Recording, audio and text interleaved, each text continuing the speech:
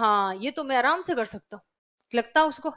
आपको भी लगता होगा, यूपीएससी का पेपर देखोगे तो क्या लगता है यार, यूपीएससी में तो आरएस वैसे ही आ गया, यूपीएससी में होता तो मैं 100% पास हो जाता। वो 30% क्वेश्चन दे के लगता है। आपके साथ वाला कोई अगर एग्जाम देके आया ग्राम सेवक का, उसका सिलेक्शन नहीं हुआ, आप घर बैठे पेपर देख रहे होते, घर बैठे, और क्या कहते हो, मैं एग्जाम देता तो पक्का ही टॉप 10 में था, इतना इतना इतना इजी पेपर है। पर वो इतना होता नहीं है, वो 30% क्वेश्चन इजी होते हैं।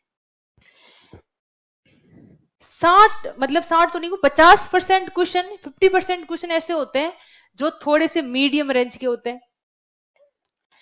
उसी में ही अपन सिलेक्शन में आते, मतलब अगर वो आप अच्छे से अटेंड कर पा रहे हो तो आपका सिलेक्शन हो जाता है। और 20% जो 30% जो बहुत आसान क्वेश्चन थे, अगर आप उनको छोड़ देते हो तो आप सिलेक्शन से बाहर होते हो, और इन 50% क्वेश्चन को अगर अच्छे से कर रहे हो तो सिलेक्शन के अंदर हो। यानी आपको सिलेक्शन से बाहर कौन से क्वेश्चन ले जा रहे हैं, इन कौन से, यानी बहुत आसान क्वेश्चन आ रहा है उसको आप गलत कर रहे हो, इसका मतलब आपको बेसिक नॉलेज नहीं है। और मेंस में तो ये बहुत नेगेटिव जाता है, आपको बहुत ही बेसिक, जो हर कोई लिख रहा है जिसका आंसर आपकी कॉपी आई उसमें वो आंसर नहीं मिला, खाली मिला, उसको लगेगा इतना इतना इजी इसको नहीं आ रहा, इसका मतलब बाकी कोई क्वेश्चन आप जो कर रहे हो टफ वाले भी उसको लगेगा ठीक है इसके पढ़ा हुआ होगा ये वाला, इसलिए ये तो चेप दिया होगा कहीं से मिल गया होगा, दे मतलब बेसिक आपको समझ होना जरूरी है। बेसिक सवाल आप कभी गलत नहीं होने चाहिए आपके, बेसिक सवाल अगर गलत हो रहा है तो ये आपको सोचने की, मतलब सोचना चाहिए, इस पे विचार करना चाहिए। और 50% हो गया, 30% हो गया, यानी 80%। और 80% तो बहुत बड़ी बात होती है, 70% तक तो आराम से सिलेक्शन होता है, प्रीलिम्स में तो पास कर ही जाते हो। मेंस के लिए तो सिर्फ 50% ही चाहिए होता है, 20% तो इजी वाले कर लो, और 50% जो मीडियम वाले हैं उसमें से कर लो 20-25%, तो भी आपके नंबर आ जाते हैं। आप इतना क्यों घुस रहे हो किसी सब्जेक्ट में, अपनी को मास्टरी थोड़ी करनी है जो आप पूरा एकदम डीपली जाके पढ़ रहे हो, जो नोट्स में पढ़ाया जा रहा है वही कॉमन चीजें एग्जाम में पूछते हैं, घुमा फिरा के, कभी इधर से उधर से, कान इधर से पकड़ते हैं कभी इधर से, आंसर तो वही होता है, क्वेश्चन की फ्रेमिंग अलग होती है। आप तभी तो मैं कह रही हूँ क्वेश्चन को अच्छे से पढ़ोगे तो आपको समझ में आ जाएगा कि आंसर की बात वही थी, उसको किस तरीके से आपको प्रेजेंट करना था।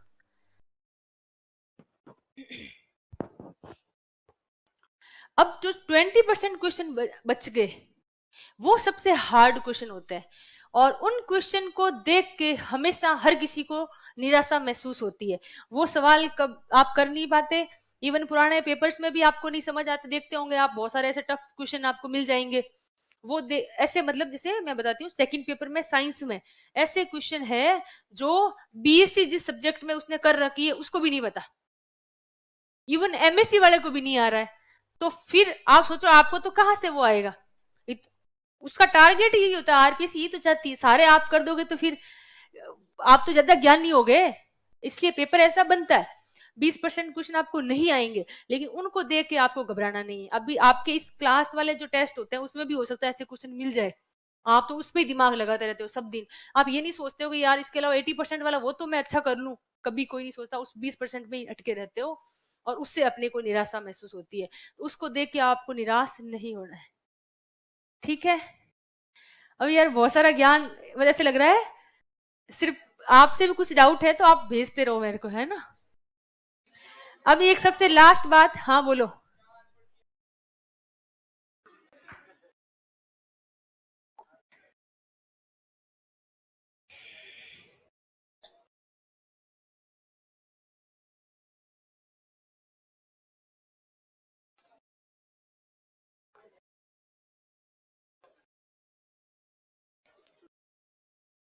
देखो, अभी राजस्थानी को दर्जा नहीं मिला है, मैं भी सपोर्ट करती हूँ, मिलना चाहिए, तो अभी से आप थोड़ा हिंदी में लिख के भेजो अगर किसी को कुछ लिखना हो तो, है ना।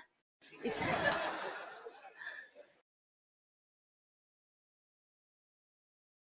मैं इसलिए थोड़ा सा लाइट मूड, मतलब क्लास का ऐसे चाहती हूँ कि एकदम से आप सीरियस बहुत ज्यादा नहीं हो, ऐसा नहीं लगे कि हाँ पता नहीं क्या बता रहे हैं, आपके ही काम की बात है, तो थोड़ा सा, लेकिन कई लोग क्या करते हैं इस लाइट मूड का फायदा उठाते हैं और मर्जी आए सवाल भेज देते हैं ना, ये गलत बात है, और इससे मैसेज अच्छा नहीं जाता। और जो भी लिख रहा है भेज रहा है, आप में से कोई ना कोई भाई बंधु ही होंगे, आप ही की तो क्लास के प्रति इमेज बनेगी हमारी तो, है, इसलिए इस गरिमा को आपको बनाए रखना है। ठीक है।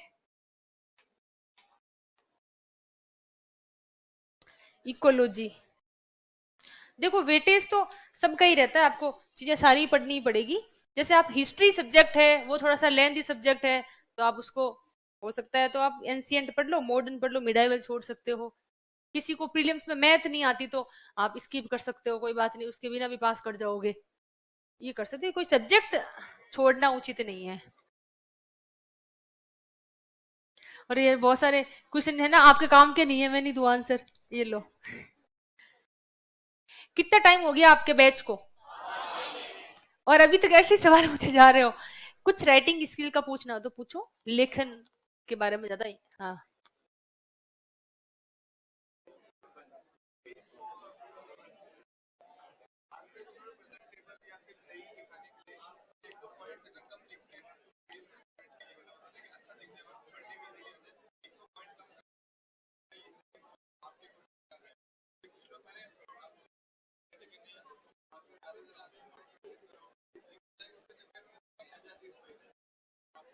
मैं बताती हूँ।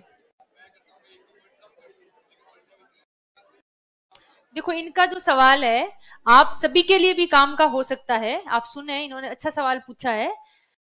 इनका क्वेश्चन ये है कि जब हम लिखते हैं तो स्पेस कम होता है कई बार, ये बात सही है, क्योंकि अभी आप लिमिटेड चीजें पढ़ के आते हो, तो कुछ सवाल तो ऐसे जिसमें आपको लगता है इसमें तो झंडे गाड़ दूं मैं, अगर ये सवाल तो मैं पूरा ऐसा करूंगा कि सर को भी नहीं पता चलेगा। एक सवाल ऐसा जिसमें आपको कुछ नहीं आ रहा होता है, दो चीजें होती। इनका सवाल ये था कि जब बहुत ज्यादा चीजें आ रही हो, पॉइंट हमें पता हो, स्पेस कम हो, तो हम क्या करें, क्या तीन चार चीजें लिख के छोड़ दें। आप में से मोस्टली इस बात को समझ भी गए होंगे। अगर मैं ये कहना, अगर आपको आता है क्वेश्चन अच्छे से तो आप लिखें, स्पेस का बिल्कुल आपको स्पेस तो मतलब जो इतना है उतना ही भरोगे, उससे बाहर तो कैसे लिखोगे। आपको उसका नहीं सोचना है कि शब्द सीमा, शब्द सीमा इसमें मैटर ही नहीं करती। ऑलरेडी आपको क्या कर रहे हैं, वो फिक्स अपना वो लाइनें दे रहे हैं, 5 नंबर वाले में 5 ही लाइन मिलेगी, 10 नंबर वाले में 10 ही लाइन मिलेगी। अब आप कैसे, अब आपको काउंट नहीं करने, वर्ड काउंटिंग वहां पे करने की जरूरत नहीं है। जितना आ रहा है मैक्सिमम जो जितना भर सकता है वो कॉपी भर के आनी है। पहली बार जब मैंने दिया था फर्स्ट अटेम्प्ट में, तब ये हुआ था मेरे साथ कि मेरा पूरा पेपर पूरा पेपर नहीं, मतलब मोस्टली मेरा पेपर छूटा था, उसमें 20 से 25% छूटा था, 20% के आसपास। तो मेरी मार्किंग की कितने में से हुई थी, 80% में से हुई थी। अपने आप ही 80% में तो मार्किंग हो रही, तो 40% तो मैं ला ही नहीं सकती, 50% आ रहे हैं, इसमें उनका टॉपर बनता है, तो आप बिना प्रैक्टिस के तो ला नहीं सकते। तो आपको सवाल छोड़ने नहीं है, छोड़ दिए तो आप वैसे ही, आप समझो 200 नंबर का पेपर है, उसमें आपने 20 नंबर का छूट गया, तो आपके 180 में से मार्किंग होएगी, तो आप तो 20 नंबर तो वैसे ही पीछे चले गए। दूसरी इसी बात के साथ मेरे को याद दिया आ रहा है कि एक आप इस बात को हमेशा समझे कि मेंस में तो आधा आधा नंबर भी मैटर करता है। 1/3 मार्क्स किसी के 1/4 मतलब ये दे देते हैं, लगभग 1/4 नंबर देते हैं, बाकी 1/3 नंबर देते नहीं है, काउंटिंग में ठीक रहता है उनके। तो अगर आपके आधा नंबर भी कहीं क्वेश्चन में बढ़ रहा है, तो भी 10-10 नंबर के कितने सवाल आते हैं सभी सेगमेंट को मिला के, 10 क्वेश्चन तो आ ही जाएंगे एक पेपर में, 7 आते हैं। 7 में अगर आधा आधा नंबर बढ़ा, कितने बढ़े, 3.5 नंबर बढ़े। और 5 नंबर वाले में कुछ में गुंजाइश होती है, जिसमें आप थोड़ा सा मेहनत करो तो आपका आधा नंबर बढ़ सकता है। ऐसे करके आप एक पेपर में लगभग 9 से 10 नंबर आप ऐसे अलग से, मतलब आप अपने थोड़ा सा एफर्ट करो, प्रैक्टिस करो, उसे आप गेन कर सकते हो। और एक पेपर में 10 नंबर का मतलब 3 पेपर में 30 नंबर, और 3 पेपर में 30 नंबर का मतलब आप सिलेक्शन से बाहर हो रहे थे और अब आप टॉप में आ जाओगे। तो आपके लिए आधा नंबर भी बहुत वैल्यूएबल है, इसलिए तो मैं कह रही हूं, नहीं आ रहा तब भी टेस्ट दो, इससे प्रैक्टिस होगी। नहीं आते हुए सवाल को भी अटेंड कैसे करना, कैसे लिखना है। एक जो जिसका मैं हमेशा बताते रहती हूँ क्लास में भी एग्जाम्पल, जैसे एक क्वेश्चन हमारे टाइम आया था जो मेरे को याद आ रहा है, इसलिए मैं बता देती हूँ कि एक क्वेश्चन था कि स्पोर्ट्स वाले सब्जेक्ट से था, कि एक अकादमी पूछी थी उन्होंने, कोई गेम के रिगार्डिंग थी स्पोर्ट्स की, तो उसके बारे में समीक्षा या टिप्पणी पूछी थी उन्होंने। अब मुझे नहीं पता उस अकादमी का क्या था, उन्होंने खेल का नाम लिख दिया, अकादमी का नाम लिख दिया, और उसकी टिप्पणी लिखनी थी, कुछ ही नहीं पता था, नहीं पढ़ा हुआ था, लेकिन फिर भी लिख दिया कि अकेडमी करती क्या है किसी भी गेम के लिए, उसका रोल क्या होता है वो तो पता ही होता है, उसके बारे में लिख दिया, ये करती है। इसको टिप्पणी का मतलब होता है आपको मूल्यांकन टाइप का करना, टिप्पणी में यही होती चीजें, आपको इवेल्युएट ही करनी होती है, शॉर्ट नोट्स तो अब उसमें कुछ मैंने अच्छी बात बता दी कि भाई ये करती है लेकिन इनको ये भी करना चाहिए, क्योंकि मेरे को कुछ नहीं आ रहा था तो कुछ तो लिखना ही पड़ेगा। और उसमें मेरे को मान लो डेड नंबर उन्होंने दे दिए, तो डेड नंबर तो बहुत बड़ी बात है। ऐसे करके आपको मार्क्स लाने होते हैं मेंस में। सारे क्वेश्चन आपको नहीं आएंगे, आपके नोट्स में से 50% क्वेश्चन तो एज इट इज मिल जाते हैं। आप भले उसमें कुछ मेहनत मत करो, यहाँ से याद किया वहां ले जाके लिख दो, as it is test paper में से ही मिल जाएंगे। बाकी वाले में थोड़ा सा आपको अपना दिमाग लगाना पड़ेगा, क्योंकि अपन एज इट इज भी लिखे आएंगे तब भी वो अपने 10 में से 10 तो देना नहीं है। ये बात है, ठीक है।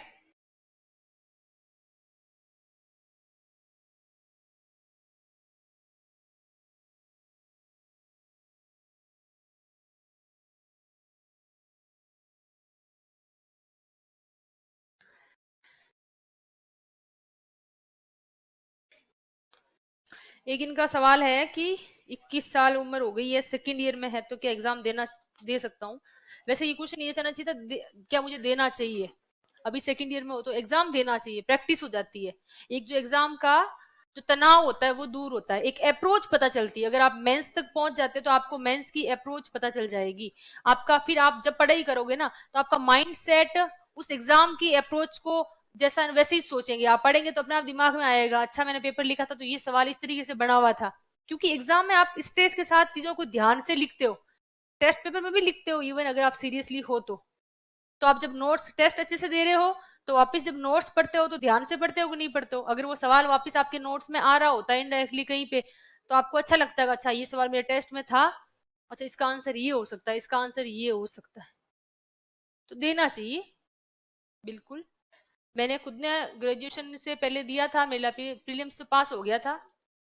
फिर मेंस तो ऑब्वियसली बात है सीरियसली तैयारी नहीं करते हैं, जब अपने को पता है कि अपन अपीयर ही नहीं हो रहे तो क्यों तैयारी करते हैं। लेकिन उसका मुझे फायदा हुआ, मुझे वो अप्रोच मिली दोबारा। मैंने प्रीलिम्स के लिए बिल्कुल डर नहीं था, पता है कि वैसे ही पास कर जाएंगे। प्रीलिम्स के इतना नहीं होता, ओबीसी और जनरल को छोड़ के उसमें थोड़ा सा कंपटीशन है तो ढंग से पढ़नी पड़ती है। ये हो गया। मेंस के लिए देखो, मेंस के लिए अच्छे से तैयारी पहले से करनी पड़ेगी।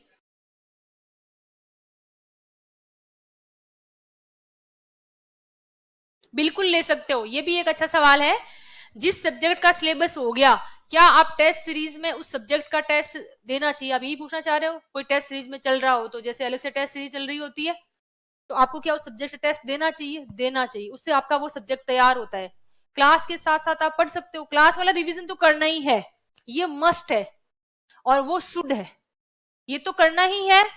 और वो अगर आप कर सकते हो तो आपको करना चाहिए, ये मेरी सजेशन है। बाकी आपकी इच्छा। अगर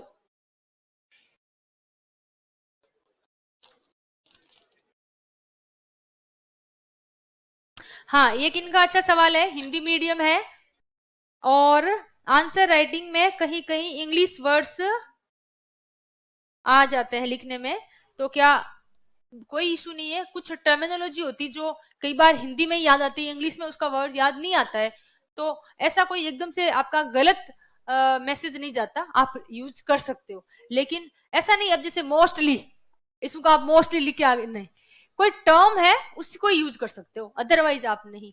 अदरवाइज कोशिश करो कि हिंदी का तो हिंदी में ही लिखो। वैसे तो इंग्लिश में जब आप लिखते हो ना ऐसे वगैरह, थीम एलोब्रेशन वगैरह, तो आप कई बार उसको रोमन लिपि में लिख सकते हो। जैसे आप मान लो पर्यटन पे कोई आपके ऐसे आ गया इंग्लिश में और आपने पर्यटन का लोगो लिखना है, तो आप उसी भाषा में लिखो, उसको ट्रांसलेट थोड़ी करोगे, लिख सकते हो।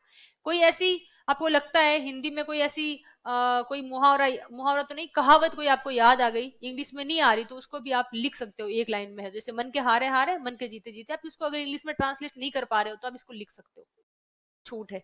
हिंदी में भी लिख सकते हो, भली रोमन हिंदी वाली आपकी जो देवनागरी लिपि है उसमें भी लिख सकते हो।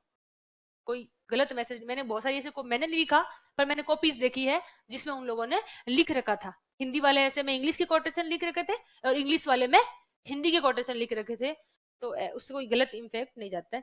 जैसे कि हमारे बैच की, अच्छा बैच को 5-6 महीने हो चुके हैं, कुछ सब्जेक्ट पहले हो चुके हैं, उसका रिवीजन और शेड्यूल। अरे ये बहुत ही कॉमन क्वेश्चन है और ये हर क्लास में हर स्टूडेंट, हर मतलब हर कोई पूछता है कैसे रिवीजन करें, कैसे शेड्यूल। अब और इसका एक्चुअल में है ना, इसका आंसर ही आपके पास ही होता है। अब यार आपको पता है आप 5-6 घंटे क्लास में आ रहे हो और आपको ये भी पता है कि नेक्स्ट वैकेंसी कब तक आ सकती है, 5-6 महीने में तो आ ही जाएगी। तो आपको ये भी पता है नेक्स्ट में अगर आप अपियर हो रहे हो तो आपको एग्जाम तो देना, फाइनली वो पास करना ही। अब आप देखो ना, आपको शेड्यूल, आपको सिलेक्शन करवाना है तो वैसा शेड्यूल बना के रिवीजन आपको ही करना पड़ेगा, वही 5-6 घंटे आपको ही निकालने पड़ेंगे। अब आप किस तरीके से करते हो तो वो भी आपको देखना है कि आपका साइंस वीक है, आपकी हिस्ट्री आपको मतलब टफ लगती है, आपको पॉलिटी अच्छी नहीं लगती, आपको ज्योग्राफी अच्छी नहीं लगती, तो वो आप उस सब्जेक्ट को उस तरीके से उस टाइम टेबल में सेट करो, उसको ज्यादा थोड़ा सा वेटेज दो। आपको लगता है हिंदी इंग्लिश का ज्यादा है, मुझे ध्यान भी देना चाहिए, मेरी इतनी अच्छी नहीं है हिंदी या इंग्लिश, तो आप उस पे, यानी ये आपका एक पर्टिकुलर है। फिर भी मैं इसमें एक दो चीजें बता देती हूँ। अभी आपको प्री कम मेंस के जो सब्जेक्ट है उनको तैयार करना चाहिए। पहले वो तैयार करो जो आपके प्री में भी काम आएंगे और मेंस में भी काम आएंगे, क्योंकि अल्टरनेट तो प्री पहले पास करेंगे तभी तो जाके मेंस लिखेंगे। प्री तो पास करना जरूरी है, प्री में ही फेल हो गए तो फिर तो अपना गया ना पूरा, वापस नेक्स्ट वैकेंसी आई तब तक वेट करते रहना। उसके लिए आप ये कर सकते हो कि प्रीलिम्स के लिए जो आपके पेपर आप देखोगे पुराने, तो उसमें ज्योग्राफी का हमेशा सवाल होते हैं, वो ज्योग्राफी का जो पोर्शन है वो इजी आता है, कोई टफ नहीं आता, मेंस में भी और प्रीलिम्स में भी। तो आप पहले अच्छे से ज्योग्राफी को तैयार करें। इंटरेस्टिंग सब्जेक्ट है, आप सब लोगों को अच्छा भी लगता है, और ज्यादातर मुझे लग रहा है ज्योग्राफी सबको आसान ही लगता होगा, तो ज्योग्राफी को तैयार करें। ज्योग्राफी के सवाल बहुत आसान बनते हैं प्रीलिम्स में, वो आपके 20% वाले में से हैं, वो आप गलत करके आ रहे हो तो नेगेटिव है आपके लिए, ठीक है। उसके बाद आप सब्जेक्ट तैयार करो इकोनॉमिक्स, जिसमें इकोनॉमिक्स सर्वे और करंट अफेयर्स दोनों शामिल है। इकोनॉमिक्स सर्वे बिना पढ़े आप अगर प्री में बैठ रहे हो तो आप ब्लेंडर कर रहे हो। बहुत सारे आप में से कितने जैसे स्टूडेंट है बताओ मेरे को जिसको इकोनॉमिक्स सर्वे पढ़ा हुआ है लास्ट ईयर का, हाथ खड़े करो जरा। ये लोग कंपटीशन में है, बस आप भले देख लो कौन कौन हाथ खड़ा किया, किसने किया। ये कड़वी सच्चाई है, इसको सच्चाई को आपको स्वीकार करना पड़ेगा। आप अभी से आज से गांठ बांध लो कि आपको घर जाके रोज का 1 घंटा इकोनॉमिक सर्वे को देना है। अभी नया आ जाएगा, बजट पास हो गया तो ये है, इंडिया को तो आ गया, हो सकता है राजस्थान का भी आ गया हो, बजट के दूसरे दिन आ जाता है, तीसरे दिन राजस्थान में थोड़ा सा टाइम लगा देते हैं ये लोग। फिर आपको नया सर्वे भी आ गया, आपके लिए यही प्रीलिम्स में काम आएगा, यही मेंस में काम आएगा। इसको तो अभी से ही आते ही एक बार पढ़ डालो, और कम से कम 3 से 4 बार पढ़ोगे तब जाके इकोनॉमिक सर्वे पे आप कमांड कर पाओगे। ओनली पढ़ने से नहीं होगा, 1-2 बार से भी नहीं होगा, 4 बार पढ़ोगे तब तो चीजें समझ आनी शुरू होगी। फिर अगली चौथी बार रीडिंग में आप उसको, 5वीं बार जब रीडिंग करोगे तब जाके याद करोगे, 6ठी बार पढ़ोगे तो उसको थोड़ा शॉर्ट में अपने हिसाब से कर पाओगे, अंडरलाइन और जो भी आपको मार्किंग करनी है। और एग्जाम के टाइम भी रिवीजन इकोनॉमिक सर्वे का करना पड़ता है, क्योंकि डाटाज होते हैं सारे, अपने कोई कंप्यूटर दिमाग तो है नहीं, एक बार पढ़ा छप गए दिमाग में, तो उस हिसाब से करना, तो रिवीजन करना पड़ेगा। तो आपको इकोनॉमिक सर्वे पूरा तो रिवीजन आप कर नहीं सकते, फिर कैसे करोगे, तो उसको अंडरलाइन करके रखो, या तो अपनी नोटबुक में लिखो, आपको टाइम हो तो, इतना टाइम है नहीं तो अंडरलाइन करते रखो, जब वापस रिवीजन करना पड़े एग्जाम के टाइम तो उसको अंडरलाइन को ही रिवीजन करना है। Good noon ma'am. हाँ जी, गुड नून। हाँ गुड आफ्टरनून। मैं ये पूछ रही थी कि मेरी एज 19 है, आई मीन फाइनल ईयर, तो यस, और एग्जाम की एज होती है 21, एज वी ऑल नो। तो कोई प्री अश्योरेंस एग्जाम हम नहीं दे सकते हैं आरएस का? एज लाइक 5 से 6 अटेम्प्ट्स होते हैं इसमें, तो जो लोग जिनकी एज एलिजिबल नहीं हो, जिनकी ग्रेजुएशन कंप्लीट हो रही है, तो वो लोग एलिजिबल नहीं है एग्जाम देने के लिए। यूपीएससी की बात कर रहे हो? यूपीएससी की बात कर रहे हो? आरपीएससी। आरपीएससी में कोई अटेम्प्ट नहीं होता, नो अटेम्प्ट्स, कोई अटेम्प्ट नहीं होता। ओके। और अगर एग्जाम देना है ना, तो अगर आप सेकंड ईयर में हो, फाइनल ईयर में हो, उस हिसाब से अपीयर नहीं हो रहे हो, और एज भी कम है, दोनों चीजें हैं, तो एज बढ़ा के लिखनी पड़ेगी, एग्जाम ही तो देना है। तो आगे जाके नहीं अटकेंगे, एज लाइक कि अगर फाइनली सिलेक्शन तो नहीं होगा अपना, एज लाइक मतलब हाँ, पेपर तो दे सकते हैं ना, पेपर दे सकते हैं। और जैसे टीएसपी एरिया है, ठीक है, अगर मैंने टीएसपी का सर्टिफिकेट बनवा रखा है तो मेरी पोस्टिंग आएगी टीएसपी में ही, टीएसपी में आएगी। और अगर मैंने सर्टिफिकेट नहीं बनवाया है तो उसके बाद भी मुझे टीएसपी में ही पोस्टिंग मिलेगी, या नहीं, उसमें एक ऑप्शन आता है टीएसपी और नॉन टीएसपी। अगर आपने तो कहा सर्टिफिकेट नहीं बनवाया, सुनो एक बार सुन लो, ये आपके लिए वैसे तो काम की नहीं, इनडायरेक्टली किसी के साथ हो सकता है, किसी की ओबीसी का सर्टिफिकेट का इशू हो, तो अगर आपने सर्टिफिकेट नहीं बनाया है ठीक है, या फिर बना लिया है, तब भी आप अगर नॉन टीएसपी सिलेक्ट करते हो तो फिर आपको कहीं पे भी लगा देंगे, ऑल ओवर राजस्थान कहीं बिल्कुल पे भी। बिल्कुल। आप ऐसा नहीं सोचिए, ऐसा नहीं सोचना मैं टीएसपी में हूं तो क्या पता, मेरा अधिकार नहीं है क्या नॉन टीएसपी में जाने का है। अगर आप प्रिविलेज लेना चाहते हो टीएसपी का तो लो, नहीं लेना चाहो तो नॉन टीएसपी भर के आप कहीं पे भी जा सकते हो। टीएसपी में रिजर्वेशन ज्यादा होती है ना, वो वही तो, वो आपकी इच्छा पे है। That's the thing. Thank you. Okay, welcome. Ma'am English बहुत वीक है, इंग्लिश के लिए बताओ कुछ। ठीक है, देखो इंग्लिश वीक है, मैंने कहा ना किसी का कोई सब्जेक्ट वीक हो सकता है, मोस्टली हिंदी वालों की इंग्लिश वीक है और इंग्लिश वालों के हिंदी वीक है। आप इसको थोड़ा सा एक्स्ट्रा टाइम दें, ग्रामर अच्छे से पढ़े, रोज रिवीजन करें, तब जाके थोड़ी सी चीजें आपके कमांड में आएगी। एक दो बार पढ़ के छोड़ देंगे तो नहीं होगा। और हिंदी इंग्लिश सब्जेक्ट, सुन लो मेरी बात, मैं तो क्लासेस भी लेती हूँ और मेरे को ये भी पता है किसको कैसे टैकल करना है, क्लास को अच्छे से आता है। प्यार से सुनोगे तो अच्छी बात है, दूसरा तरीका भी है जो नवीन जी बता के गए हैं। तो मैं क्या बता रही थी, हिंदी इंग्लिश में, हिंदी इंग्लिश सब्जेक्ट को ऐसा क्यों कहते हैं, तैयार कर लो तैयार कर लो। एक तो स्कोरिंग है, ये बात तो समझ आ गई, सबको ही पता है कि इसमें 50 नंबर की हिंदी की ग्रामर आती है और 50 में से 48-49 तक नंबर ला सकते हो। ठीक, कॉम्प्रिहेंशन तो चलो ठीक है, आपके कोई पढ़ा हुआ चीज आ गई तो अच्छे से लिख दिया और विचार मिल गए तो सामने वाले ने अच्छे नंबर दे दिए। बाकी ग्रामर तो एकदम ऑब्जेक्टिव चीज है, जितने चाहो उतने नंबर ला सकते हो। ये तो बात है कि स्कोरिंग है। दूसरा क्या कारण है, दूसरों में भी काम आती है, सही बात है। और बताओ, शब्द मतलब जो शब्द चयन जिसको कहते हैं ना अपन, टर्मिनोलॉजी या शब्द चयन, वो आप अच्छे से कर सकते हो, भाषा का ज्ञान है तो बाकी में काम आ सकता है। और बताओ, जो मोस्ट बात है, इंपॉर्टेंट बात है, वो ये है कि इसको अभी तैयार कर लो, एग्जाम के टाइम तैयार नहीं कर सकते। अभी से तैयार होगा तो हो जाएगा, एग्जाम के टाइम आप सोचोगे अब संधि पढ़ रहे हो, समाज पढ़ रहे हो, तब याद आएगा अरे यार पॉलिटी भी पढ़नी है यार, तब सोचोगे अरे हिस्ट्री में भी तो यार वो पढ़ना है, अभी तो मॉडर्न हिस्ट्री करनी पड़ी, तब दिमाग चलेगा इथिक्स तो अभी तक देखी ही नहीं है। और तब कोई पड़ोसी पबेड़ पढ़ रहा होगा तो ओले पबेड़ तो मैंने क्या होगा मेरा, उस वो कंडीशन नहीं हो, इसलिए हिंदी इंग्लिश अभी से तैयार करनी है, पहले से तैयार करनी। बाद में आपके पास इतना टाइम नहीं होगा कि आप हिंदी ग्रामर और इंग्लिश ग्रामर में बैठ के अच्छे से विरेखिक विलोम शब्द को पढ़ोगे, नहीं पढ़ पाओगे, आपका दिमाग शांति नहीं होगा, आप कैसे पढ़ोगे। बाकी सब्जेक्ट पढ़ सकते हैं क्योंकि वो तो रीडिंग टाइप में कॉन्सेप्चुअल चीजें हैं, इसमें तो याद ही करना है, कॉन्सेप्ट है ही नहीं, क्या कॉन्सेप्ट लगाओगे। इसलिए इनको पहले से तैयार करो, हिंदी इंग्लिश को अच्छे से। अब इन्होंने पूछा इंग्लिश वीक है कैसे करें, तरीका एक ही है, कोई सब्जेक्ट वीक है तो उसको सही करने का तरीका क्या होता है वो आपको ही पता है। आप, और ये गारंटी है कि अगर आप में से जिसने अच्छे से तैयारी की है, ये जो सवाल पूछ रहा है उससे मैं पूछ लेती हूँ, क्या उसने इंग्लिश कभी अच्छे से टाइम दिया है, क्या नहीं दिया, तभी तो वीक है, डर लग रहा है।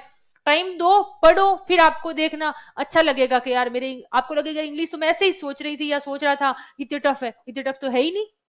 और ये दिमाग में नहीं रखना है कि आपका कंपटीशन जैसे इंग्लिश मीडियम वाला भी है तो उसकी इंग्लिश अच्छी होगी, कुछ भी नहीं अच्छा होता, उसको तो आपसे भी कम इंग्लिश आती है। सच्ची में स्पीकिंग अलग चीज है और राइटिंग में लिखना बहुत अलग चीज है। वहां आपको क्या करना होता है, वहां पे कंटेंट चाहिए होता है, कंटेंट तो अगर आपके पास है तो तब तो आप भी लिख सकते हो। कंटेंट की तो कमी है, हिंदी इंग्लिश में ऐसा कोई वोकैब की कमी नहीं होती, इंग्लिश में इतनी सारी वोकेबलरी है, आप टफ वाली वोकैब क्यों चेंज कर रहे हो, इजी वाली लो ना, इजी शब्द भी तो होते ही हैं। एंथुजियाज्म वर्ड यूज करना जरूरी है क्या, अब हालांकि शब्दों का खेल, करेज यूज कर लो, सब हालांकि दोनों का मीनिंग अलग है, वो उत्साह है, वो साहस है, फर्क है। लेकिन मोटा मोटा अपन तो अपने को विशेषज्ञ नहीं बनना, ये हमेशा ही मैं कहती हूँ हर बैच में, अपने को सामान्यज्ञ बनना है, अपने को इंग्लिश में कोई पीएचडी नहीं करनी, कोई इंग्लिश में अपने को भाषाविद नहीं बनना। तो आप सिंपल वोकैब यूज करो, सिंपल वोकैब तो आपको सबको आती है, ऐसा कोई है नहीं। और दूसरी बात यह है कि इंग्लिश में जैसे जो कॉम्प्रिहेंसिव जो पार्ट है उसको आप अभी से उसकी भी प्रैक्टिस करो, लिखो 5 से 10 ऐसे आप लिख के तैयार करो, पहले पढ़ो फिर बिना देख के लिख लो। ऐसा नहीं करिए पहले से क्या लिखोगे, पहले तो आपको आता ही नहीं है, पढ़ना तो पड़ेगा ही, पहले पढ़ लो किताब में से हाथों हाथ पढ़ा, फिर बिना देखे लिखो। और फिर उसको बिना देखे वाला जो लिखा और पहले जो पढ़ा उसमें कुछ कमी रहती है, 100% हूबहू नकल नहीं करना, ना कर सकते ना पॉसिबल है। जैसे आप कोई रस्तों की किताब पढ़ते हो, कोचिंग के नोट्स में कोई ऐसे वगैरह आपको दिया हुआ है और आपको लग रहा है कोचिंग के नोट्स में से कुछ अच्छे आते हैं, मॉडल आंसर में कोई आपको अगर ऐसे का आंसर दिया हो तो वो ऐसे क्या करता है, ये लोग थोड़ी सी इजी वोकैब यूज करते हैं, आप उसको ले सकते हो हूबहू, उसको अपनी कॉपी में लो, पढ़ो, लिखो और याद करो।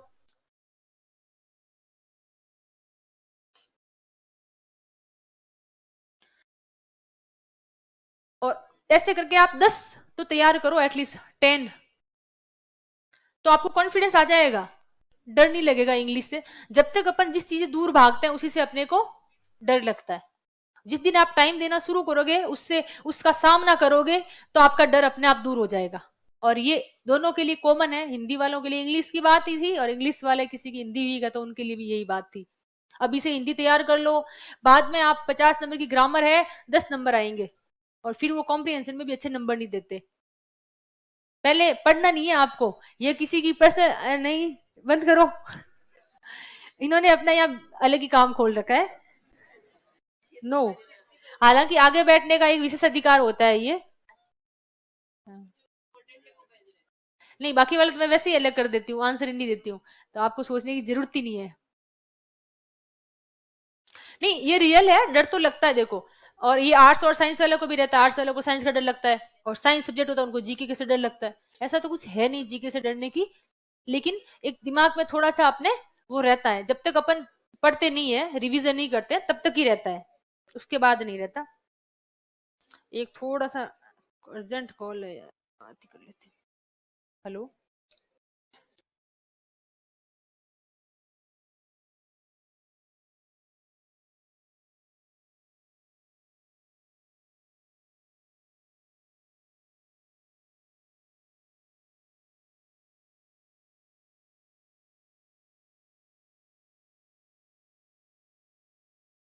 हेलो, हेलो, आवाज आ रही है?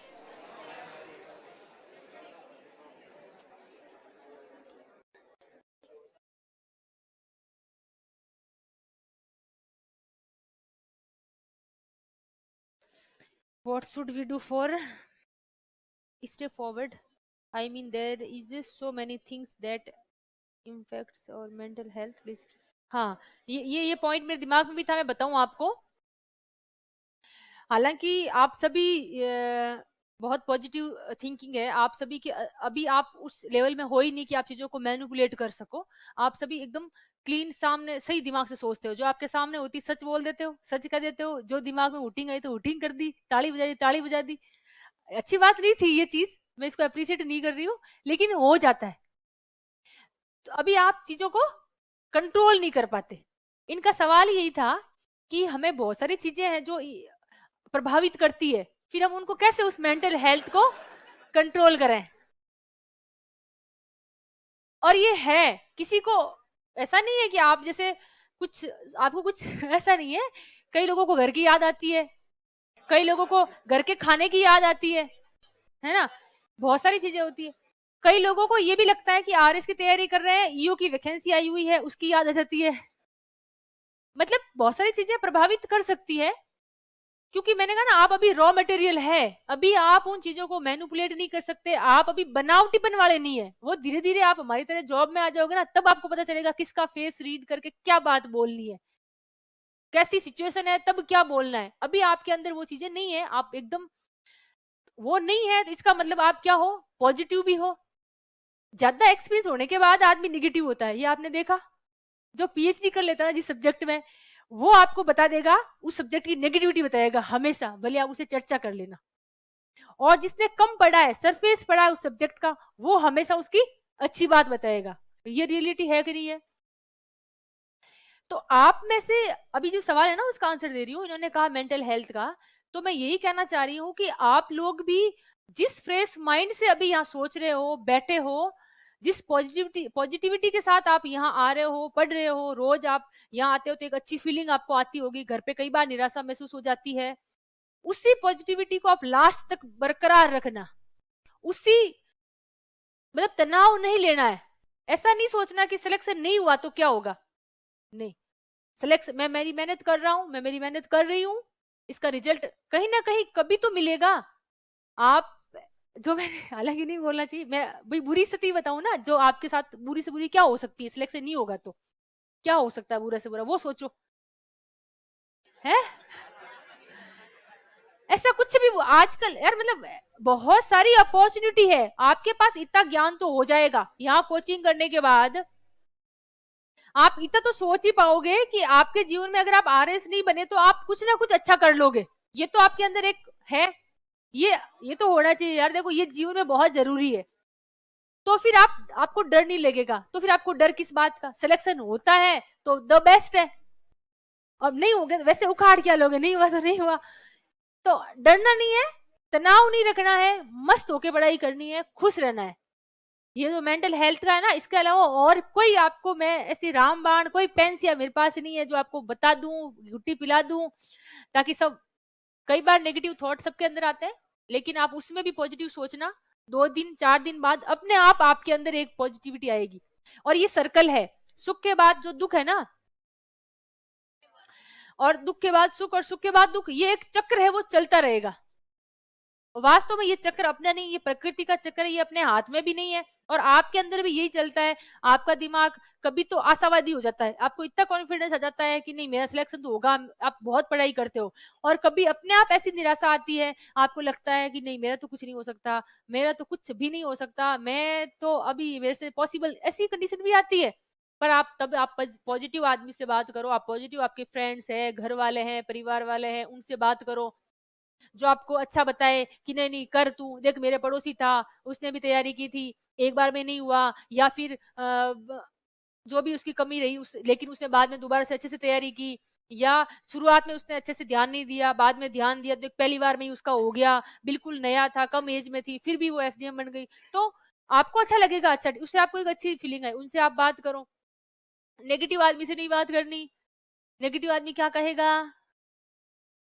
देख मैं खुद 10 साल का भुगत भोगी हूँ और मैं नहीं, देखो फलाना वो तो उसने तो इतनी तैयारी की थी, वो तो दिल्ली गया था तैयारी करने के लिए और आज तक उसका ग्राम सेवक में भी नहीं हुआ। तो ऐसे लोगों से अपने को बात नहीं करनी, वो अपनी नेगेटिविटी को बढ़ाते हैं। नहीं, अपने को पॉजिटिव लोगों से बात करनी है, पॉजिटिव एनवायरमेंट में रहना है, तनाव मुक्त रहना है।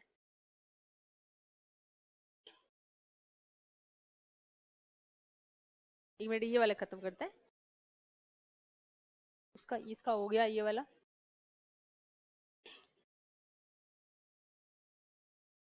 ये भी हो गया, हो गया।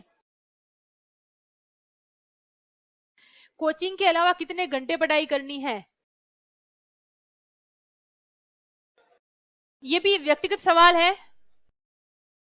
लेकिन मैं तो सजेशन दूंगी। तो सजेशन हमेशा आदर्शवादी होता है, ये ध्यान, सुझाव हमेशा आदर्श वाले होते हैं और कार्य प्रैक्टिकल से काम चलता है। मैं तो कह दूंगी जितने घंटे उतने घंटे पढ़ाई करो, लेकिन प्रैक्टिकल में होता नहीं है, किसी के दिमाग में घुसता ही नहीं है, तो वो क्या पढ़ेगा।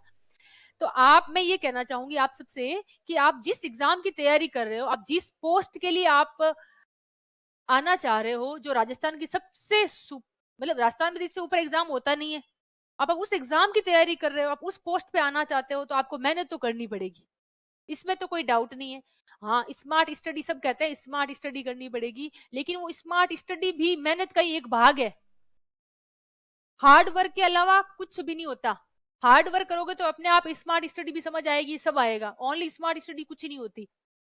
तो आपको मेहनत करनी पड़ेगी। आपके पास, मैं तो ये कहती हूँ जितना टाइम है मैक्सिमम आप दे सकते हो देना चाहिए। किसी का दिमाग ऐसा होता है 1 घंटे में याद कर सकते हैं, कई ऐसे होते हैं जो 2 घंटे में एक चीज को 2 बार पढ़ते हैं तब याद हो सकता है, किसी को 1 बार पढ़ने से याद हो जाता है और किसी को 5 बार पढ़ने से याद होता है। तो अब ये आपका व्यक्तिगत है कि किसको कितनी कैपेसिटी है दिमाग की, उतना टाइम देना है।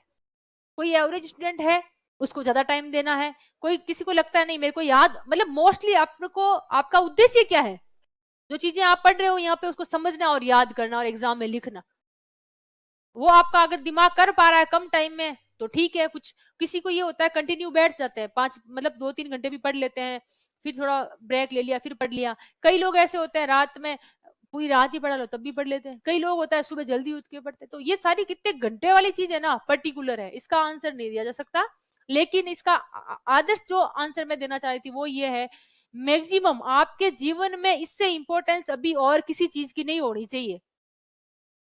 फर्स्ट प्रायोरिटी आपके लिए यही एग्जाम होना चाहिए, तब तो आप निकाल पाओगे, अदरवाइज तो भले अटेम्प्ट दो और बाद में किसे सुनाना। और ऐसा तो है नहीं आपके जितने आ रहे हैं सभी बन जाएंगे, सभी इतने तो 1000 लोग, इतनी तो वैकेंसी नहीं आती। तो इसका श्योर है कि आप में से कुछ बच्चे टॉप करेंगे, कुछ मीडियम में रहेंगे और कुछ बाहर हो जाएंगे। अब आपको किस में आना है, टॉप में आना है कि मीडियम में आना है कि बाहर होना है, तो आप वही घंटे आप तय करना। आप प्रायोरिटी पे क्या रखते हो, प्रायोरिटी पे आपकी पढ़ाई है, प्रायोरिटी पे आपका मनोरंजन है, या प्रायोरिटी पे आपका कुछ जो आप समस्याओं से घिरे हुए हो उन्हीं को ही सोच सोच के बैठे हो, मेरे घर परिवार की स्थिति अच्छी नहीं है, या मेरा पर्सनल कुछ लफड़ा चल रहा है, ये है वो है। नहीं, तो प्रायोरिटी आपकी अगर एग्जाम है तो निश्चित रूप से ये पे करेगा, आप मेहनत करोगे उसका फल तो मिलेगा। ये कहावत है या ये चीजें ऐसे ही नहीं बनती, मेहनत का फल मिलता है।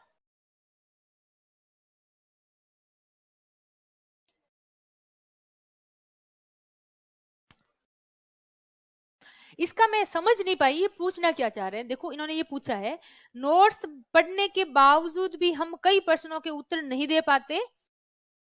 हालांकि इसका मैंने जो बताया था कि 20% वाला फैक्टर वो यहाँ पे भी काम करता है। 10% से 15% क्वेश्चन ऐसे होते हैं जो हो सकता है आपके नोट्स में से नहीं आए, वो आप उसका आंसर नहीं दे पाते हो। लेकिन ऐसा क्वेश्चन कोई हो जो इनडायरेक्टली कई बार आपके नोट्स में से हो सकता है, मिल जाए उस 10% में से 5% तो आप इनडायरेक्टली कर ही पाओगे, और 5% तो ऐसे होंगे जो वास्तव में नहीं कर सकते। तो उन 20% के लिए अगर आप बाकी वाले सब सॉल्व कर पा रहे हो तो कुछ रेफरेंस बुक आप यूज कर सकते हो, जिसमें मैं ये सजेस्ट करती हूँ कि एनसीईआरटी की बुक आप देख सकते हो। इवन हालांकि आपके नोट्स मैंने सारे देखे हैं, पढ़े भी हैं, एनसीईआरटी को ही फॉलो करके लगभग लगभग आपको पढ़ाया जाता है, सोर्स आपका वही है। और सर तो रेफरेंस बुक भी पढ़ते हैं, सारी चीजें आपको पढ़ाते ही हैं, लेकिन यहाँ जैसे लिमिटेड चीजें लिखा सकते हैं, 10 से 20 लाइन लिखा दी। अगर आप उस टॉपिक को और ज्यादा समझना चाहते हो तो उसका 100% वाला भाग पढ़ो, आपको 10% अपने आप ही समझ आ जाएगा। आपको वो समझ आ जाएगा, अच्छा इसीलिए ये चीज सर ने इतनी सी लिखवाई थी और इसको इसलिए छोड़ दिया था। पूरा पढ़ने के बाद समझ में आ जाती चीजें, पर वो तब करना, मैंने कहा ना बाद में करना, अभी आपको ये चीजें करने की जरूरत नहीं है। अभी आप जो टेस्ट में सब सब्जेक्ट में अच्छे परफॉर्म करो, एक सब्जेक्ट में अगर अच्छी परफॉर्मेंस आ रही है तो बाकी में प्रैक्टिस करो कि बाकी में भी आपका लेवल उतना ही बन जाए। आरएएस में सिलेक्शन होने के बाद अभी जैसे मेरे को कोई पूछे ना आपका कौन सा सब्जेक्ट अच्छा है या आप किस सब्जेक्ट में वीक हो, सच में कोई सब्जेक्ट मेरा अच्छा है ही नहीं और किसी में मैं वीक नहीं हूँ, यानी इक्वल जैसा होना जाना चाहिए, सब सब्जेक्ट आपको अच्छे से इक्वल से आ रहे हैं, तब फिर आप किसी और सब्जेक्ट को और अच्छा करने में जाओ, जो आपका स्ट्रॉन्ग सब्जेक्ट है उसको और अच्छे से करो। लेकिन एक बार आप इक्वल स्टेज पे तो आओ, एक बार सबका आपका बेस तो बनाओ अच्छे से।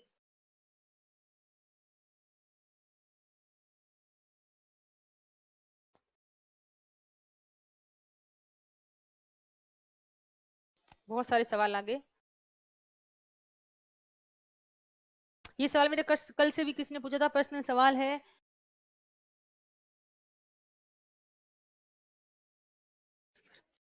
प्रीलिम्स का बताया मैंने, ज्योग्राफी हाँ उस बीच में रह गई थी चीजें, ज्योग्राफी पहले तैयार कर लेनी है, इजी सब्जेक्ट है, आसानी से कर लोगे, उससे कॉन्फिडेंस आएगा कि एक सब्जेक्ट तैयार हो गया और सारे क्वेश्चन भी आप कर पाओगे। दूसरा था इकोनॉमिक सर्वे पढ़ना है, इस पे बात आ गई थी। तीसरा मैं बताया नहीं पाई थी, तीसरा ये था कि पॉलिटी तैयार करो, पॉलिटी आपके मेंस में भी काम आता है, प्रीलिम्स में काम आता है। प्रीलिम्स में पॉलिटी के सवाल थोड़े से टफ आते हैं, लेकिन अगर 15 सवाल आते हैं तो आप 10 सवाल कर सकते हो, 5 सवाल तो ऐसे आएंगे। पॉलिटी में थोड़े से टफ क्वेश्चन बनते हैं आजकल जो अपन नहीं कर सकते कई बार, तो आप करना भी मत, 100% गलत हो जाते हैं उसमें से बहुत सारे सवाल।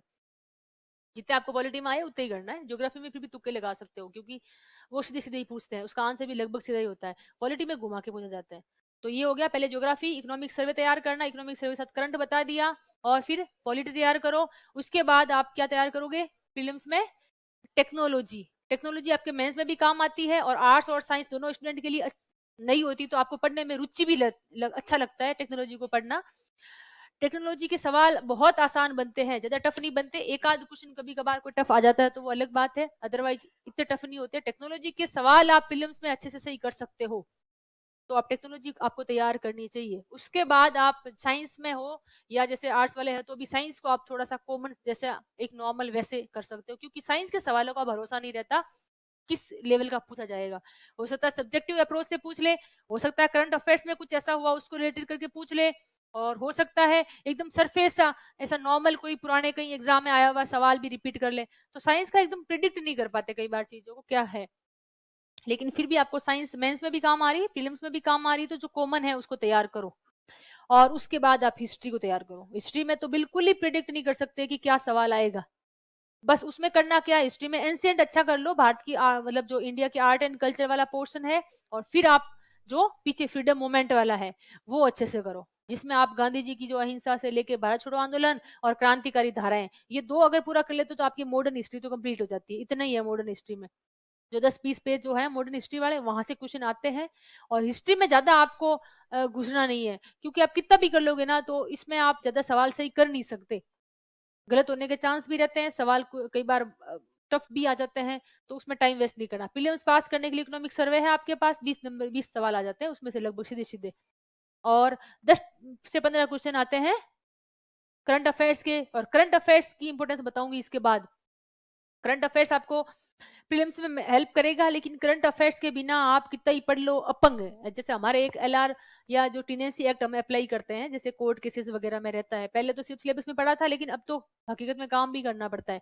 तो उसमें एक आता है टेम्परेरी इंजेक्शन का सेक्शन है 212, उसको हम कहते हैं पंगु सेक्शन है, क्योंकि वो किसी और की बैसाखी के सहारे चलने वाला है, वो अकेला कभी अप्लाई नहीं होता उसमें, तो वही वो एप्लीकेशन अकेले से नहीं चलती। वही बात है, आप करंट अफेयर्स के बिना आपका सारा सब्जेक्ट अपंग है।